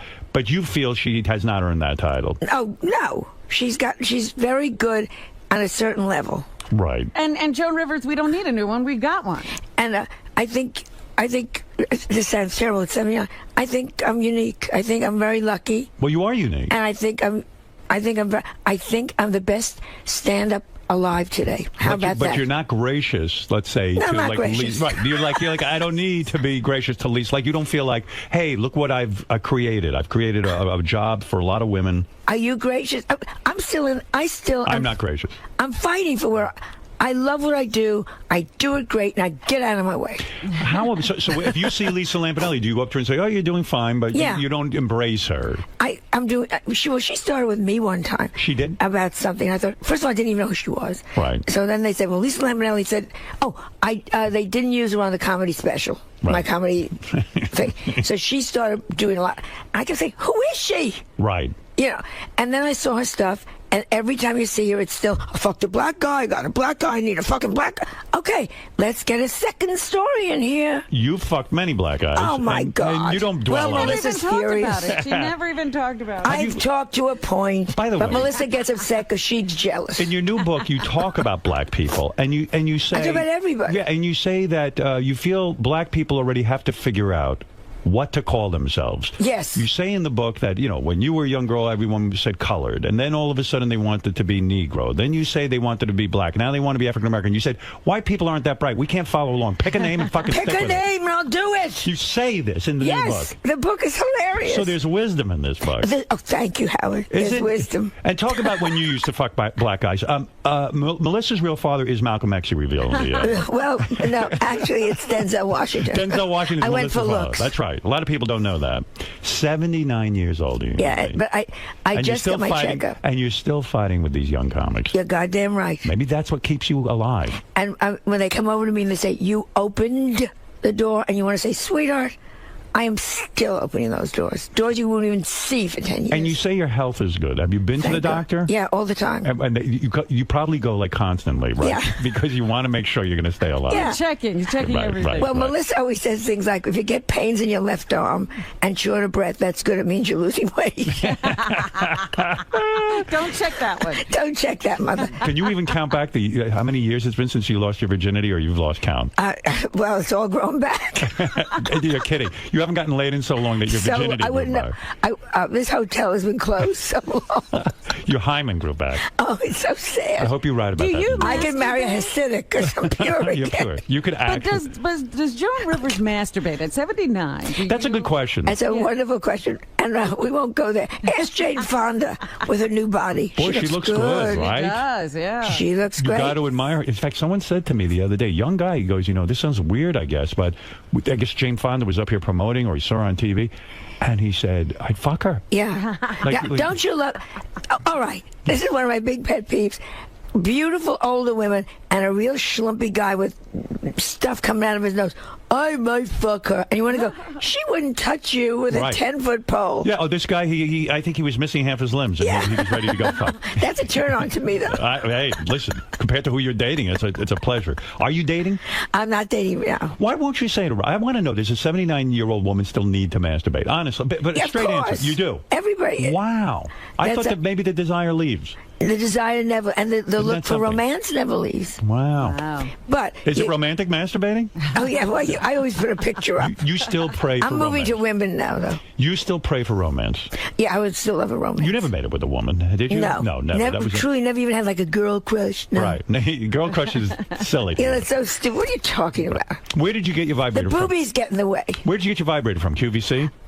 My vibrator, I got when I did. You got to put out a line. I had a vibrator show on vibrators on my daytime show. Yeah. So this vibrator that I have is so old. It says "Beat the Japs." It was made in World War II. Let me understand something with you. You're at war with everybody. Yeah. Isn't it true that you met Will Ferrell? I'm going back now a couple of years. Yeah. Very in 2005 Golden Globes. Will Ferrell was on the red carpet. You were doing interviews. And you said he was very rude. Now, he seems like a guy who's nice to everybody. Well, I was talking to Mike Nichols, interviewing Mike Nichols on the air. We all know live on E. And Will Ferrell, Mr. Important, walked up, turned Mike, and began to have a conversation with him. Not on the air with me. Oh, that's Do you funny. understand? But isn't that kind of funny? You son of a bitch. Wait Who a do you second. think you are? You big stupid elf. Do you think that was meant intentionally to be funny? Because that sounds funny to me. That like you're. It wasn't funny. It wasn't. When Robin Williams does something funny, you know it's funny. Right. When Dustin Hoffman, no, this was just an egocentric asshole. But I know you love big moments. You know to recognize a moment. When that guy did, why didn't you confront him on the I air? tried. He wouldn't stop talking to him. It wasn't That's funny. That's funny. It's funny, but so you it mean wasn't you went funny. up to this guy and you're scared? Listen, you. Look, I'm in the- hello, Mike. Hello. So They you- probably have it somewhere on E on tape. So you're convinced that Will Ferrell isn't a genius who constructed a situation for you that was brilliant? This was called extraordinarily rude. Wow. An ego beyond egos. And you're funny, but you're not that funny. Is it true that you claim, now, again, I can't even believe this number, that you've had a total of 739 cosmetic procedures? I did it as a joke. That is a joke, And right? some moron picked it up. And wrote, I said, how is that even, you would not be alive. I would be covered in bandages. Yeah. And by the way, let me say, how about how Letterman all of a sudden has embraced you? We really like each other. It's about fucking time. Yeah, but at least he does it.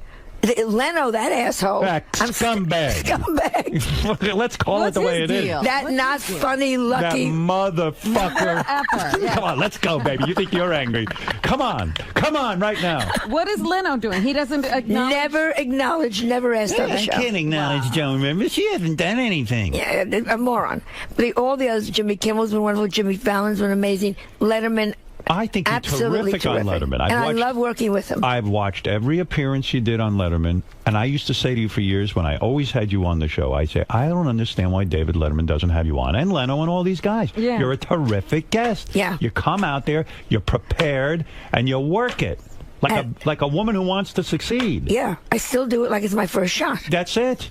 Do you think Leno doesn't have you on because it's still tied in with him trying to identify with Johnny Carson, that dumb fuck? Yeah. Both of them. Yeah. Right. But at this point, he'll never have me on because I always say, quote, one funny joke Leno ever said, and nobody can come up with it. Wait a second, though. As weird as this will sound, I will defend Jay as a young stand-up comic. He was great, right? Am I right or wrong? As a young stand-up comic, he was very funny. Very funny. Very funny. I would say one of the top guys.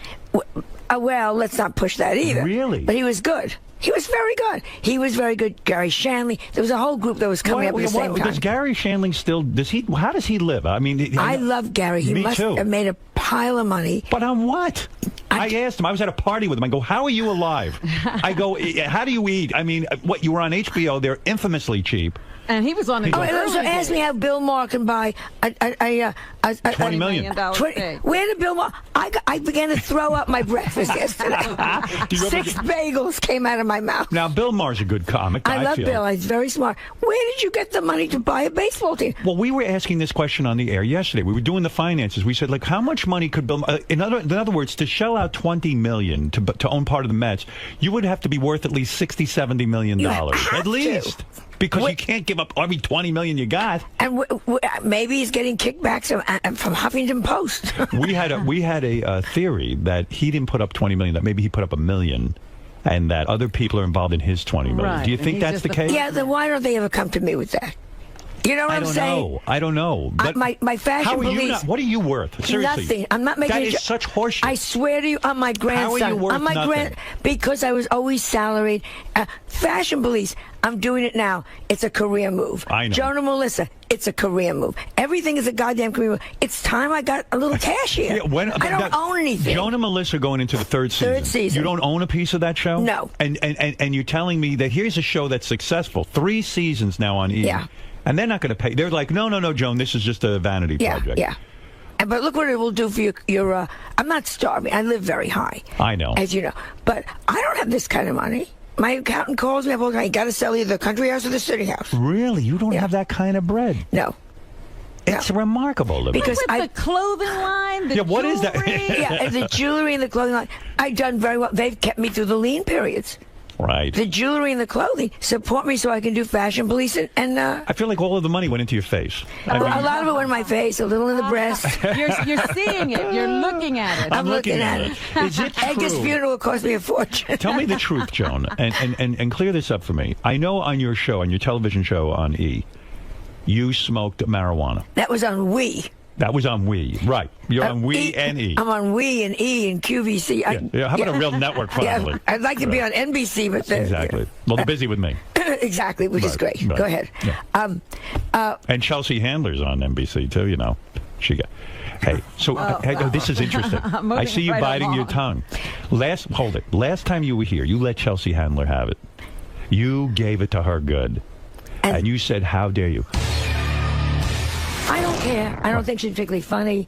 We all know how she got what she got. She's doing okay. Good. You're referring to the fact that she was dating Ted Harbor. Dating? Well, but she was living with Ted Harbor. Yeah, whatever. Right. Good. I don't care. But don't you come after me, you whore. Who hates you? Joan Rivers was critical of you at one point, wasn't she? Well, Joan Rivers. I mean, what the fuck do I care about Joan Rivers? You don't care. It doesn't bother you. It does bother you. I saw Joan Rivers the other day at E! and she said, "Hi, her and that daughter. Melissa. Yeah. And you don't like Melissa? No, I mean I don't not like her. I mean, right. but I don't think about either one of them ever. I have heard through the grapevine that the E! Network came to you and told you to shut your mouth about Chelsea Handler. They told both of us, and I think it was very smart. Why? Because, actually, the smarter thing was if we had a big feud. I think that would have been really smart. Right. It's like back to banning my book. I think that's great. But they said, please stop it. You went along with that? Oh, they're not. You know something? They're lovely at E! So what? So I said, absolutely. But what is that? I mean, I had Chelsea on the show. I asked her about you. That's how this whole thing got started. Yeah. And you came out, guns a-blazing. And now said, I who are you? And we went to the upfronts, which is where you go and you meet everybody that's connected with the network. And she said something very nice about me at the podium. Did she come up to you and say this? No, we don't talk when we see each other. You're kidding. Still? Even at the upfronts, you didn't talk to each other? Well, upfronts 200 people. You can avoid a lot of people. So there you were. I can't talk to her. I can't talk to Lisa Lampenelli. I mean, you're I stay go home. to a party these days. I don't. She stays home. She goes to England to go to parties. I'm surprised she's not there today. No, some people the Queen of England's having a jubilee. Yeah, I know. I should be there. She called me last night. Didn't you? Where were you? Didn't you do a stand-up in front of the Queen and said the word "fuck"? Fuck, yeah. And you told her you can behead me now? Yeah, right now. Right here, I said, behead me. okay, let's just get it over. Was she offended by that? He left. He left. He Prince left. Charles. No, Philip. Prince Philip. And when they came down the line, the receiving line afterwards, he said to me, very funny, very funny, very funny. Yeah. Very funny for a Jew. Very funny for a Jewess. So you we'll get back to this for a second. The Chelsea Handler thing. I got to understand how this works. I'm not going to make a feud here with her. I'm not saying a feud, but I want the real Joan Rivers on this. Oh, yeah, sure. I want to know behind the scenes what goes on in your life. You came on here. You said, who is she?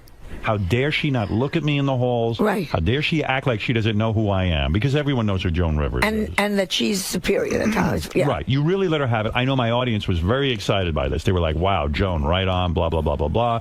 They like the feud. Right. But you come in here today, you bite your tongue. Because I like the people at E! And What did they say? Down. They said, just let her alone. Let her alone. Well, why? E! wants it to look like we're a happy family. But you're not. Well, we are. I don't need another feud. So you How many times did I cross the street on one block? It's amazing you're still alive. I'm surprised a hit wasn't put out on you You know years what I'm ago. saying? There's so-and-so I got to cross over. There's so-and-so I got to cross So back. you go to the upfronts. You're standing there. and Chelsea Handler's in the room. It's uncomfortable. Doesn't she walk over to the icon Joan Rivers and say, look, I'm sorry that this happened? No, she did not. No. Again, she dissed you. But she went on stage and she said something very nice about Joan.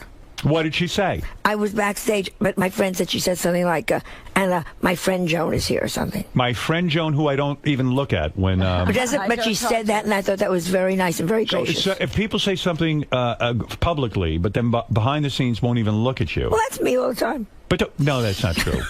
That's not true. Last night, Meryl Streep gave me her garbage to throw away. It was at a party. No, be honest. She said, I would have thought Joan Rivers would have said to E, listen, go fuck yourself. I'll say what I want about everyone. And then she should apologize to me. And she should have. But you want to know, then you have to say, I am the grand icon. And I'm not. I am still in that trench fighting. Did Betty White and you smoke weed together? Is that a true story? No. You were I did the Betty White show. You did? Yeah. And you even say in your new book, you even really never again. Why? They were lovely. Betty was lovely. All the cast was lovely. First day, I also did Drop Dead Diva, which is first day I get there, and I'm playing her her twin sister that comes back. So I say to them, where do I come from? Should I have luggage? They said, just read the lines. Now we read the lines, and I start to the way I work. Let me ad-lib, let me see.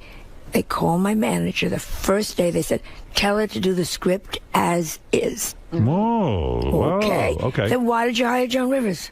Well, maybe they want you to just stick to the script. Well, mistake. Wait. Brilliant. I want you to explain this. It wasn't that brilliant. But explain it to me. And the cast was lovely. Cast was terrific. All right, but explain it to me. They wrote a script.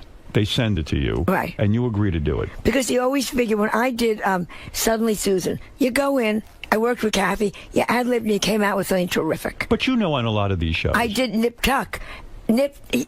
What can you do to do it? You've got a writer who's funny. Let her give you an input. And I always say, if you like, let me try it. You don't like it, we'll throw it away. I never say. But some writers and some shows are very scared or afraid to let go of their words. They want them exact. Fine. And, so... Fine. And they had them exact. My big joke was, gee, is the minister here? You were disappointed because you felt you didn't come off funny. I came off like a piece of shit. And then they called me and they said they want to put it up for a... Emmy. And I said no. It's not Emmy. It's not my best work. And now, you've won Emmys. 2 weeks later, I go down to do Drop Dead Diva. Right. And they said, let's work together. It's going to be so adorable. What is Drop Dead Diva? It's on ABC. USA. It's a scripted show? Scripted show. But again, you're coming on Monday. You're shooting on Friday. They said, why don't you add some Joan Rivers to this? And let's see. And if we don't, and I always say, if you don't like it, don't use it. So you got insulted? And on the Betty White show, not insulted. I just thought, you morons. You morons. I've been on Broadway. But won't there be they chaos? Didn't go for the best. But won't there be chaos if everybody comes in with their own lines and their own ideas? Don't hire a comedian who is a writer and give them on Monday a script that isn't particularly funny. And the jokes did not get laughs that they gave me. They probably thought it was funny, though. You understand? Yeah, of course. I'm a writer. I've written the script. But if you walked in now and said, let me try this, I'd say, try it. Let's see. Right. Be a little experimental. Let's see. It's Monday. By Wednesday, we'll say yes or no. So it was a bad experience. It was a terrible experience. And not the cast. The cast was adorable. Because I really loved the cast. Yeah, well, what do they care? Yeah, I didn't say goodbye to anybody when I walked out. You didn't. You were that pissed. That pissed. But you were professional. Right. You did the show. Did the show. And I was so upset I couldn't memorize the lines. And haven't you even said you don't particularly... You're angry with Betty White because you were in line to get all these old age parts. Yeah, and then that bitch came back. And she's getting every single part. Well, she's beating you out on every single audition. She got the I'm falling, I can't get up commercial. That's right. You know how many times I've laid on my bathroom floor? And meanwhile, by the way, do you own that device? The I can't get up? Melissa gave it to me, but she won't give me the batteries. Because I would think that would be good, just in case you fall. Just in case I fall. But there's nobody around if you fall, right? Well, I have a Swiffer. Is that what they call those terrible machines? Or a Rolly? What do they call it? It's I don't know what they call it. But I know the little mop thing? The thing you'd sit on. They always have the old lady smiling. Oh, right. The scooter. The scooter-wooter. And there's Grandma smiling because she's like, and the face of the family is always like, oh, fuck, the old bitch is moving again. People say to me, did Joan really smoke pot on her show? You really, because sometimes on these reality shows can be staged a little bit. Yeah, ours is... You went and took the joint. It was so much fun. Did you smoke with Melissa? Oh, she gets very angry. She smokes a little. She smokes, but she won't smoke with you. No, she's wrong. What do you mean she's wrong? I think we have a great time. If you smoke together? Yeah. She doesn't want to smoke with you because you're her mother. She know. She doesn't want every barrier broken. Yeah. So who did you smoke marijuana with? I smoked with my friend Lynn Koplitz on the show. Is she your age? Nobody's my age. But is she?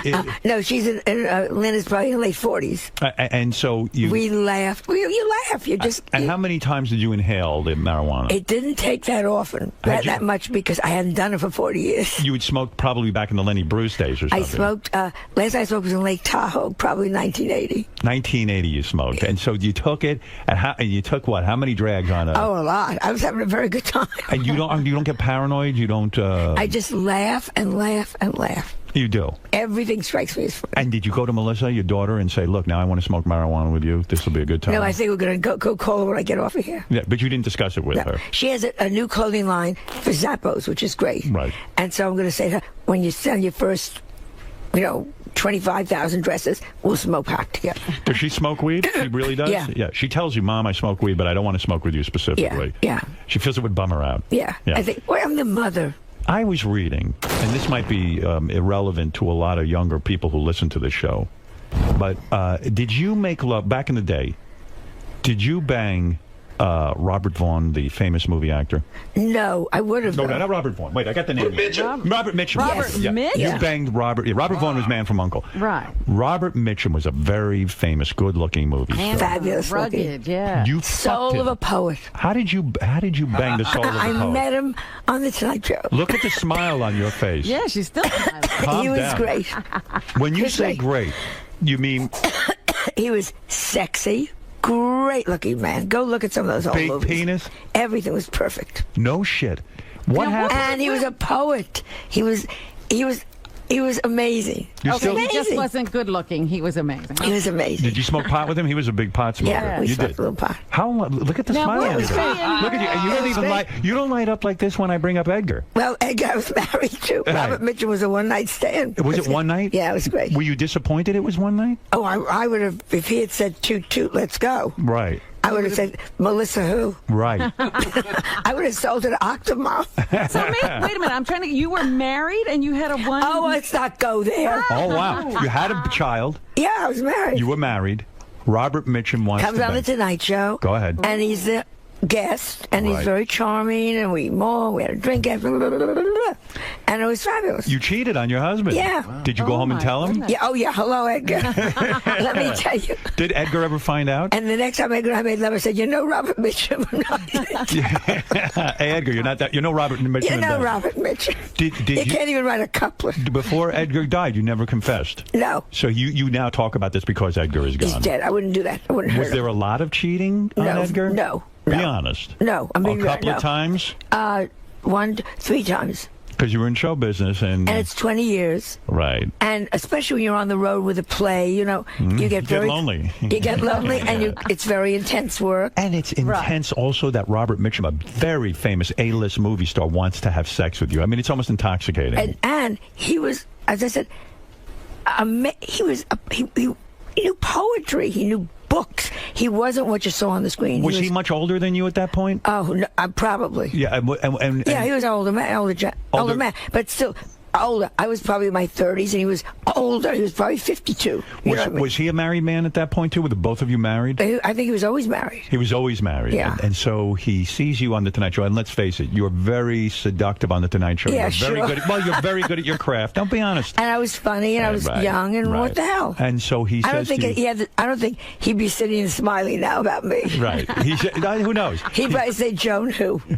But he Never happened. Who? Oh, yeah. But so when he says to you on The Tonight Show, you're sitting there with Johnny. Have a drink afterwards. Let's have a drink. Oh, my God. Your heart must have been a flutter. Oh, my God. Oh, my God. Look at your face. Yeah, I mean, it's great. It's great. I mean, you're like, I could see Yeah. you. You're imagining him fucking you. Yeah, it was I great. could see it.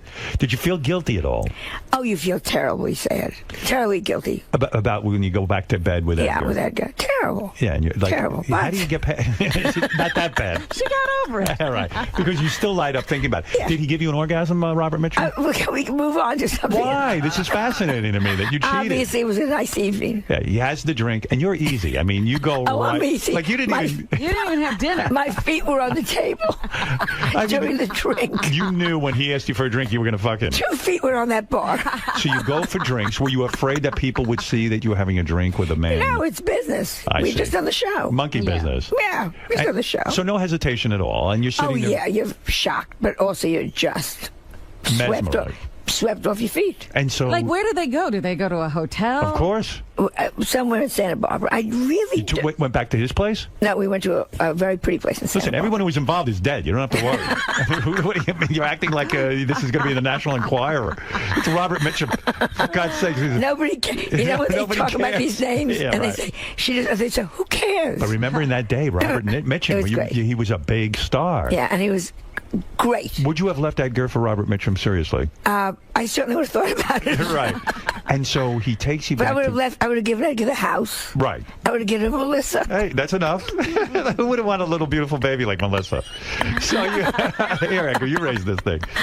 I'm off with Robert Mitchum. Yeah, give us a call. Was there any part of you hoping that he would knock you up that night? And No, I never thought about that. Wouldn't that be great? Well, he fucked you without a rubber, right? I mean, back in those days, they didn't have rubbers. Yeah, this was pre-love. You used cloth. Right. He fucked you through a sheet.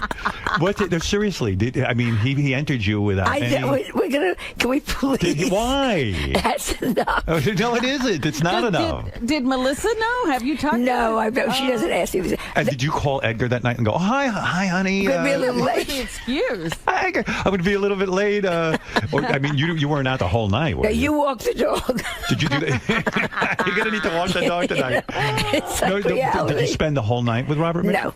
You left. He fucked you and he threw you out. Well, you remember you really taped from 5 to 7. Right. So you had from 7 to 11:30. Not tragic. Yeah, right. And so he didn't. I meant nothing.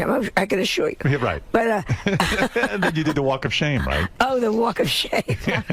You're all dressed up for the Tonight Show. Your hair's all messed up.